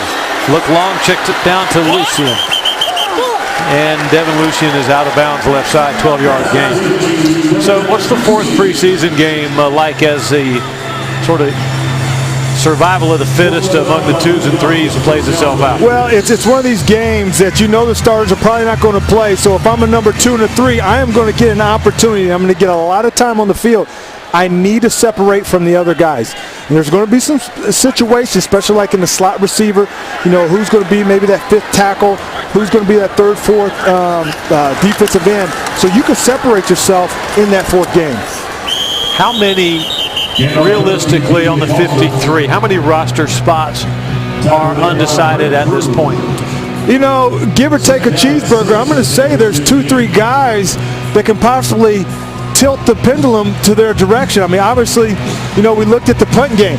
I mean, that's a question mark right now in that. And then, you know, that 5th defensive tackle, who's going to be that rotating defensive end spot. So I do believe there's some situations and some positions that are set, but there's going to be some that are up for grabs. Tyler Gaffney cutting it back. Handoff goes to Tyler Gaffney. And knocked down. Clock continuing to run. We're in the 4th. Here's CPI Security System Red Zone stats. The Carolina Panther defense in the red zone so far this year. Not what Sean McDermott would like to dial up. No, I mean, in between, you know, out there in the field, you can have good plays, bad plays, but when you get down in that red zone, you have to toughen up. You got to keep him out of the end zone. And I guarantee that's one thing he's going to be looking at after this game. CPI, the official security, home automation, and security provider of the Carolina Panthers. So the Pats don't make it on 3rd down and medium, and so Gostkowski will come on to attempt the field goal. A 30-yarder.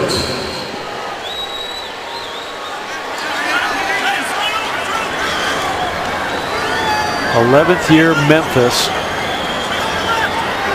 And Gostkowski's had a great career. Chops it through there and good. 5:25 to play, Bank of America Stadium. New England. We love hearing from you on the Krispy Kreme Sweet Tweets, brought to you by Krispy Kreme. Family night at the Panthers.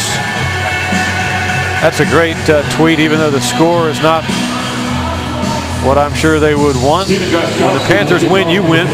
The Monday following Panther victories, a dozen original glaze for just $4.99 at Krispy Kreme. Imagine the promotions that you could get in the office if you bring confections in on Victory Monday. Go down to Kevin Donnelly for another injury update in a second. Knuckling kickoff, hard to handle. To Kevin Donnelly on the Panther sideline. Who's hurt down there, Kevin? Well, some of these guys have been coming out. A couple I want to talk about. Trey Turner did come out of the game for a while. He suffered a stinger. I just talked to him. He's going to be all right. He does have the pads off, and he's obviously done for the night. And then Jeremy Cash got dinged up, so he's going through concussion protocol to be on the safe side. It's Trey Turner, the number 70. Terrific young guard. You know, he's the one that is the nasty guy that just drives you to the whistle. Had a really good year last year. That offensive line got nicked up just a little bit tonight, and that's one group that comes back that is solid, that you have to have full and whole for this upcoming year. Wager just got popped right as he took the handoff from Joe Webb.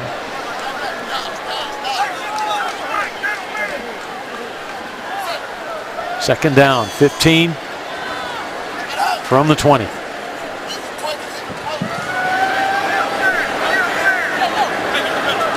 Patriot D tackles widened out a little bit, but linebackers lurking in the gaps.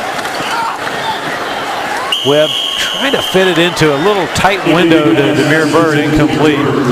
This season, the Panthers continue to honor former linebacker and Hall of Fame member Sam Mills. So, Hall of Honor member Sam Mills, rather. So here's our keep pounding player of the game. We talked about him earlier, Mike Rucker. It was Devin Funchess. Well, you can see he was targeted 10 times, so they wanted to see what he could do with the ball. He was open. He caught the ball 5 times, and we saw a highlight package earlier where he was catching balls down at his knees, or he was going up high to get them. Just a very good athlete that's starting to come into his own. Joe Webb in the open field, angling for a first down, and will have it to the 36. Well, we talked about Joe Webb this preseason and what he could do in special teams and what he could do in the quarterback pocket. Well, you see him buy some time, still looking downfield, but look what he does with that athleticism, making the first guy miss and picking up a first down. Scampered for 16.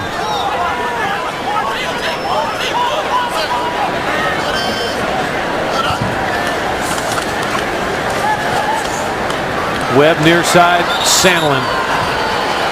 Incomplete.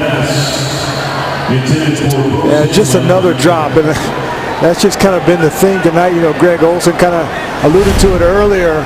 You know, everybody's just not on the same page. I mean, whether the ball's at the numbers or at your knees, that's a catchable ball. And especially a young guy like that, he needs to catch those balls. You don't want coach to be talking about and correcting you on those things. Well said. Webb lofts a pass near sideline, incomplete of Demir Burns. Yeah, you don't want to be that guy that also, Ruck, that the quarterback takes a quick look at it and thinks, oh, those hands may be a little shaky. Maybe I'll go somewhere else with the ball. Absolutely. You're fooling yourself if you don't think that they don't know who to go to and who they don't want to go to. And so when you have that opportunity, you got to make the easy catches. Now, the quarterback might put you in a tough spot. Then that's when it's on you to make that athletic catch. And so you want to be that quarterback's go-to guy. 4:24 to go on 3rd and 10. Webb to Capers. First down. 12-yard gain. Again, Webb just comfortable in the pocket and just delivers. A nice strike right there. Again, moving the sticks in this drive. They're able to get some first downs, keep the momentum going, and just try to build on that.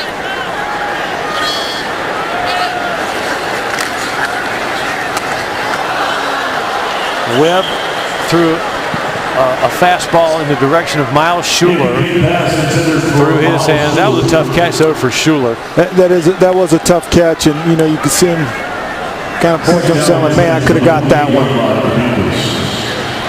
Schuler, a Northwestern graduate, sociology major, trying to impress. Maybe work his way onto the practice squad.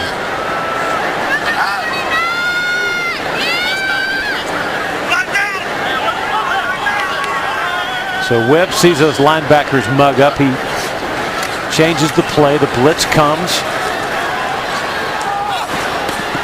Joe Webb to the 35-yard line, incomplete.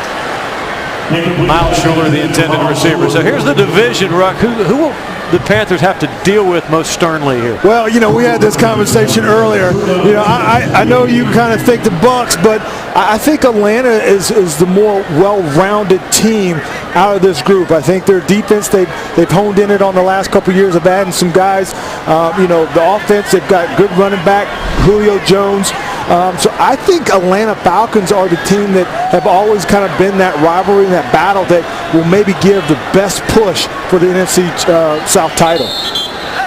You know I love you. But Tampa Bay, Jameis Winston, he's lost weight in the offseason. He's taken real command of the offense. They've had musical coaches for a while, but they've settled on Coach Cutter. I think Tampa Bay could be in for a 9-7 type season this year. And they do have a good defense coming. I think it all is on Winston's shoulders. And how big of a jump is he going to make from his first year? And the reason why I kind of put the pendulum more to the Falcons of being that guy is because they have more of a veteran quarterback. Their Achilles heel, I think, was their defense. People tweeting in as they watch and listen to our broadcast. Look at that. I like him. Start him young. I agree with you. That's a future PSL limiter right there. 3rd down and 10 at the 3:40 mark.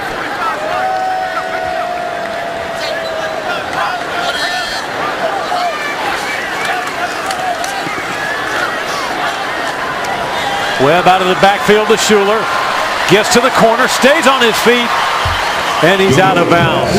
Miles Schuler. This was a good play by both quarterback and receiver. Joe Webb bought himself some time. The Patriots definitely bring the blitz, and he just buying time. And was able to get the ball into Schuler's hand, and he was able to make a guy miss. And once again, another first down in this drive. Joe Webb, underrated Carolina Panther. Stand out on special teams. Can come in out of the bullpen for you and play quarterback as well. Good push there by the offensive line, rudely moving the Patriots back. So far, this is a good-looking drive. You'll see the push by this offensive line. Just a little draw play, hat on a hat. It gets muddied up in there, but that's when you'll see those offensive linemen just start pushing the pile forward. Saw David Yankee in there pushing, number 61. There's Joe Webb.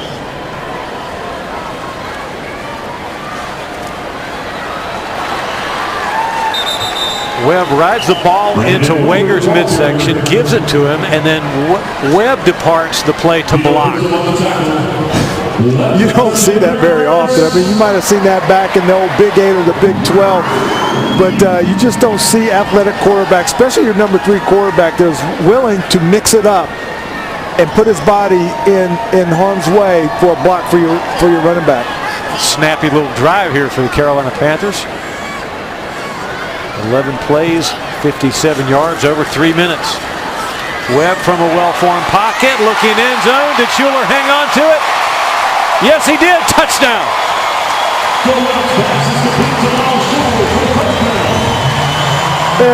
Like you said, Mick, this was a good-looking drive. And these two combo, Joe Webb and Schuler, connected many times on this drive, but nothing better than this final drive right here to set yourself up for the touchdown. Schuler might not be the tallest, biggest wide receiver on this roster, but he makes up for it in his quicks and his speed. Just outrunning the defender with a nice catch in the back of the end zone. I hate to be the one, but was it a catch? Well, you see that they're going to review it, as they do all scoring touchdowns.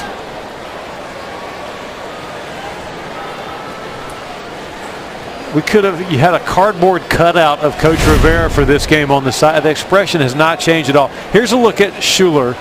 Does he control this and get one?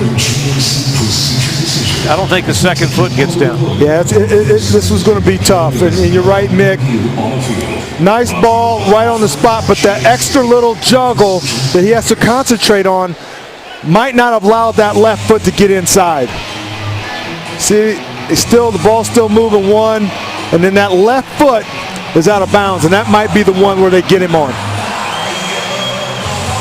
I think so. Well, you got, if anything, you got to give him A for effort in the drive and in the connection. Just goes to show you how thin the margins are in the NFL. Receivers are never very open, and you rarely have a chance to recatch the ball. Yeah. I mean, see, so that little bobble right there, he would have had that left and then he would have the right, but the little bobble makes him take that extra step, and that extra step might have been out of bounds. Or if he could have dance fevered the left foot in and done the little toe drag. And that's something Ricky Pro will say, well, look, you got long strides right here. This is where you'll see receivers work that on the sidelines. But you also got to work those at the back of the end zone also. Yeah, a little chop step right there would have done it. Great pictures by our camera crew. Split screen there with Bill Belichick. Belichick, by the way, has 223 career wins. Tom Brady has won 194 games, so that tandem there has been lethal. Yeah, that's a strong tandem. After reviewing the play, the receiver did not have complete control at 2 feet down in the end zone. It's an incomplete pass. Well, you appreciate they took the time to look at, they make the right call. And if you're the Panther offensive crew, you just go back to the drawing board. Yeah, rack it up and run that same play again. Absolutely. Maybe.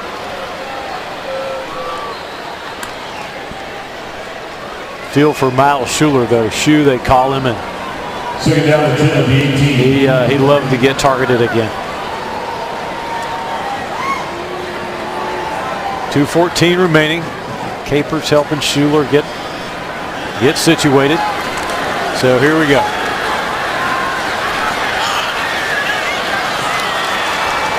Incomplete. Avius Capers, the intended receiver. So now it's third down. And I like these plays. I mean, you're around the 17-yard line. You've got the room to run some routes that are a little bit longer. You see Joe Webb lofted up for letting the receiver run underneath it. But I like the play call and trying to go to the end zone and work that red zone route. Twins left and right. One back. Timeout, New England. Team timeout. 30-second timeout. Ruck, you've done a great job tonight. You've actually made some of these drop passes and dropped interceptions sound like pretty good football play. I'm proud of the work you put in. You can always find some things that have been done really well. Now, unfortunately, you know if a guy drops the ball, but that's not going to take away from maybe some of those other guys that have really ran that good route or had some good blocking protection. And I think that there is some positive things that you can take away from tonight, even though the scoreboard might not show that. I think the offensive line has done a great job tonight in pass protection and giving the QB some time. Here's one positive right here, the Subway foot-long play of the game. Well, you see right here, Thomas Davis. This is just a hustle play right here, coming off the blitz, showing his speed. And there's a touchdown left corner of the end zone to Marcus Lucas. 18 yards, and the Panthers have a touchdown tonight. Well, we talked about it, Mick. Mike Shula continuing to draw up the passes that far out. And Joe Webb is able to connect with Marcus Lucas by the left pylon. Lucas was a wide receiver in college and converted to tight end, put some weight on, runs a good route and a nice touchdown. So Carolina will go for two. Capers the motion man.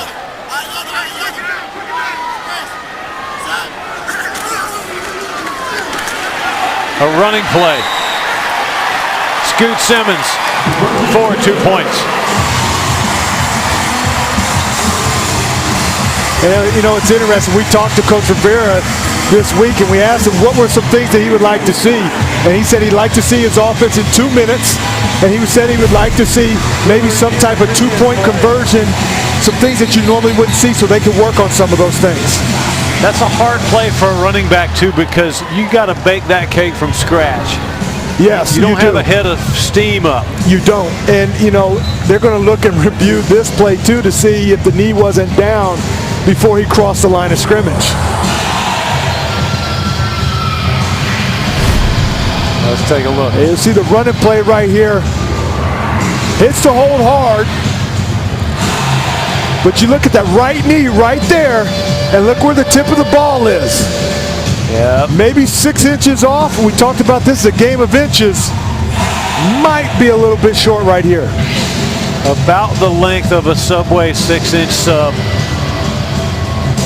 from being a 2-point conversion.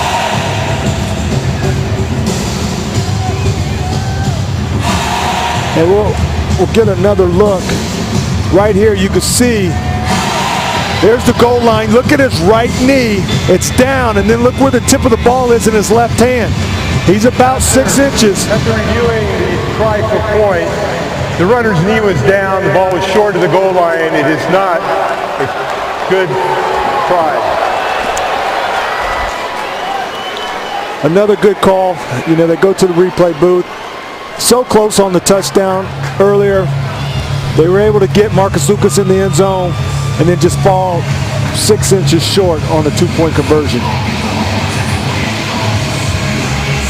But you got to think of this regular season, Jonathan Stewart, Mike Tolbert, you got to think that they're dragging 3 guys with them for that 6 inches. Yep.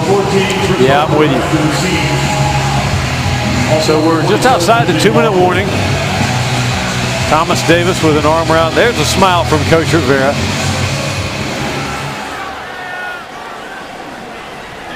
High short kickoff. Devlin fair catches it. And completed.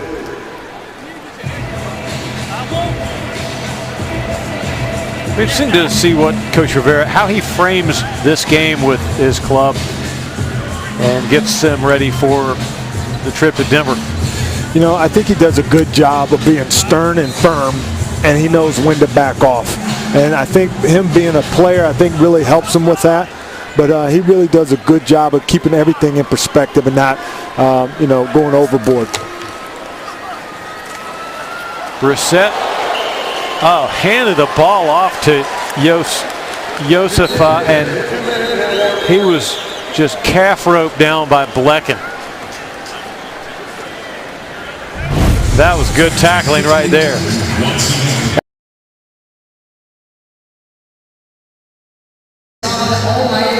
Some of the Panther O-line huddling up, breaking down this game. 1:55 to go. Mick Mixon, Mike Rucker upstairs, Kevin Donnelly down on the field. Rucker, you were talking about Coach Ron Rivera and the gift he has knowing what players need an arm around their neck at times and what players need some more stern motivational talk. Yeah, he does a good job with that, and I think this team responds to that. Number 71, offense. 5-yard penalty, remains second down. He's not a guy that has to go screaming every 5 minutes. He gets his guys to respond, and these guys want to play for their coach, and I think that's half the battle. You buy into what he tells you. And I mean, these guys know, and they're probably disappointed in some of the play, but at the end of the day, you got to learn from this, and you got to move on and be ready for next week and be ready for week 1. Thursday night trip to Denver. Right flat. Completed pass to the reserve fullback and / tight end Bryce Williams from East Carolina. Williams, 6'6", a rookie, free agent. 30-second timeout. Please set the game clock to 1:48. Glad for some of the fans in Eastern North Carolina that Bryce Williams got a chance to make a catch. So it's been a mistake game tonight, Ruck. That's the way football is, but how concerning are some of these miscues? I'm not going to lose sleep over any of these things. I mean, you know, this is a good defense that you're playing against, so obviously they created some of the turnovers themselves, and these things are going to happen. I think that you go back tomorrow, you look at the tape, I think there's some missed opportunities on both sides of the ball because there was 2 interceptions by the defense that they dropped that could have easily have been in our favor, in the Panthers' favor. So I'm not too worried as long as they get cleaned up, and there's nothing that is going to scream to me that says we got to throw the towel in right now. Joey Joseph tracked by David Mayo, filled the gap beautifully. But you see the coaching staff still working this 2 minutes. I mean, obviously they called 2 timeouts. They want to get the offense back the ball. This is preseason for the coaches too, and they're working what they normally would do in a regular season game also. Great point. And, you know, Patriots didn't fly all the way down here just to not have both these two teams get the maximum amount of rehearsal against one another. Get a look at Damiere Byrd. Returning possibly this Ryan Allen punt. It's away. And out of bounds. Damiere Byrd's got potential though. Fast receiver, good on special teams. You know, they really want to see what he can do in the punt game and the kickoff game. And first couple preseason game was very active, made some nice plays. So that was another opportunity why I think they wanted to see what he could do back there, because he's also playing the slot receiver spot too. Again, that's one of those positions that's up for grabs. And it kind of got a log jam there with some of those slot receivers.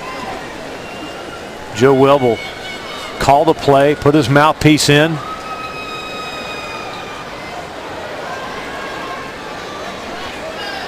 Minute 34 to go.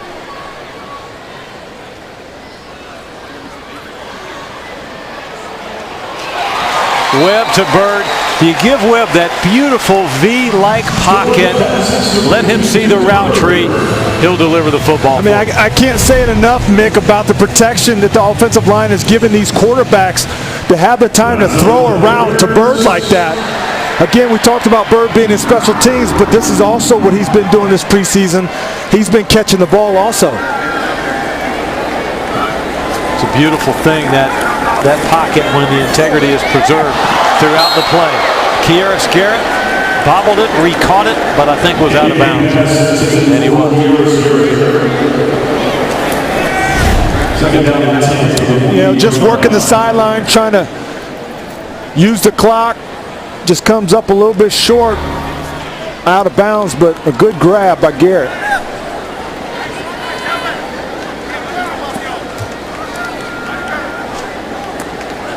On second down from just in Patriot territory. Webb knows he's got a safety lurking midfield, so he goes to Schuler on a square out to the right. Incomplete. He almost made a crazy catch. The ball was bouncing around, almost reached around his back and grabbed that.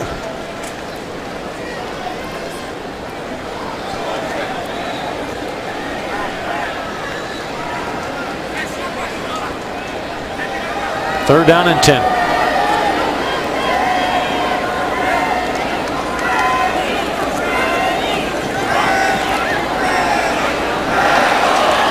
Webb got hit hard right as he threw. So it is fourth down.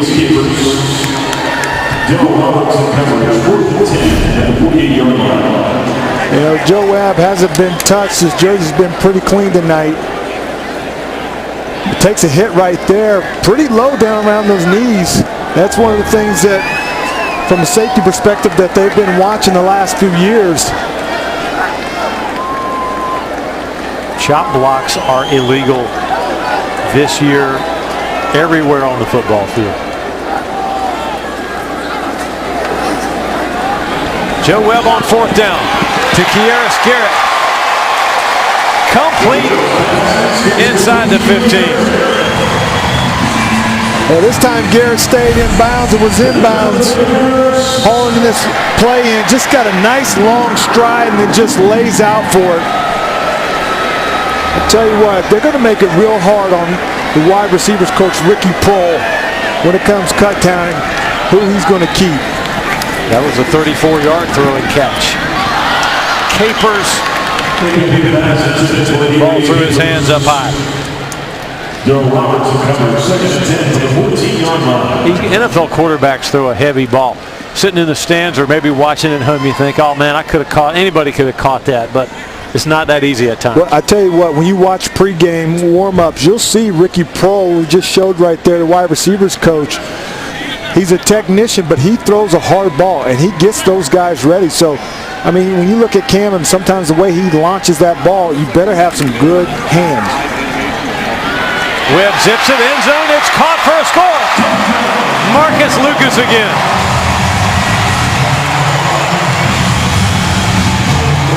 Again, Marcus Lucas used to be a wide receiver, so you know he could catch the ball, put on some size. He's been the go-to guy down here in the red zone. Joe Webb looks him off, comes right back to a second. And Marcus Lucas hauls in the touchdown. And good quarterbacking by Joe Webb as well.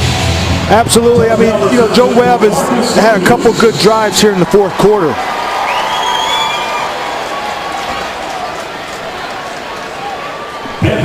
So, to make it a 2-point game. this two-point try. Webb sprints right. Schuler. Panthers pulled it within 2. Wouldn't that be something? Onside kick. I mean, Nick, you're 6 inches from that other two-point conversion, and you might have been tied up in this thing. I mean, here you see Joe Webb hooking up with Schuler, what she's done the last 2 series.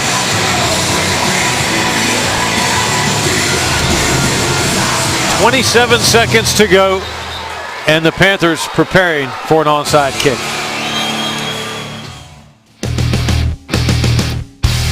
Carolina Panthers football is being brought to you by Bank of America, official bank of the Carolina Panthers.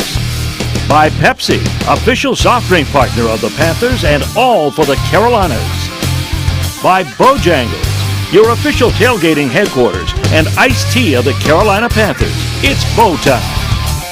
And by Miller Lite. As long as you are you, it's Miller time.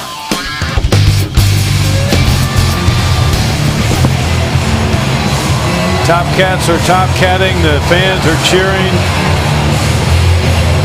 Got to admire the pluck that the Panthers have showed in this game, Ruck, even though it's some 2s and 3s out there battling. Yeah, everybody out there still wants to win, regardless if it's good or bad, and so you can see them still fighting. I think the coaching staff has got themselves in some situations. They're on film, and I guarantee that they love that they have an onside kick situation in the preseason. Good chance to work on it.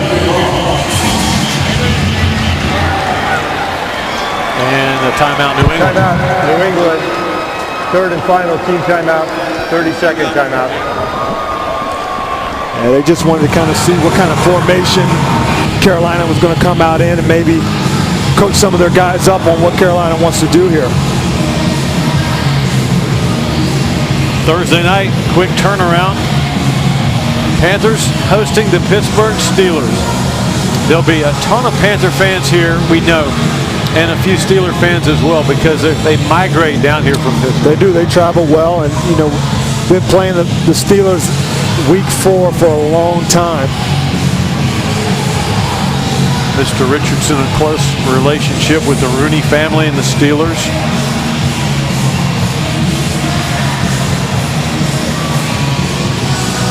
So the ball has to go 10 yards. Gano will want to. There are different ways to play this. You can stub it into the ground and then hope for that big second hop, that candy hop. There's the big hop, but it squirted out of bounds. Yeah, you'd like to kick out out of bounds, ball be placed at the spot out of bounds, first down. You'd like to see that ball go more vertical. They had some heat on it, so it was kind of blazing towards the sideline. You want that ball to kind of go vertical up high so your guys can run underneath it and get a shot at it. But again, you're going to have that on tape, special teams meeting. They're going to be able to go over that and kind of coach that up. You don't get to see that a lot, especially in the preseason. So it's a great opportunity for them to get some film. So now New England can just sit on this and probably just one more play, the old victory formation. And that'll be that.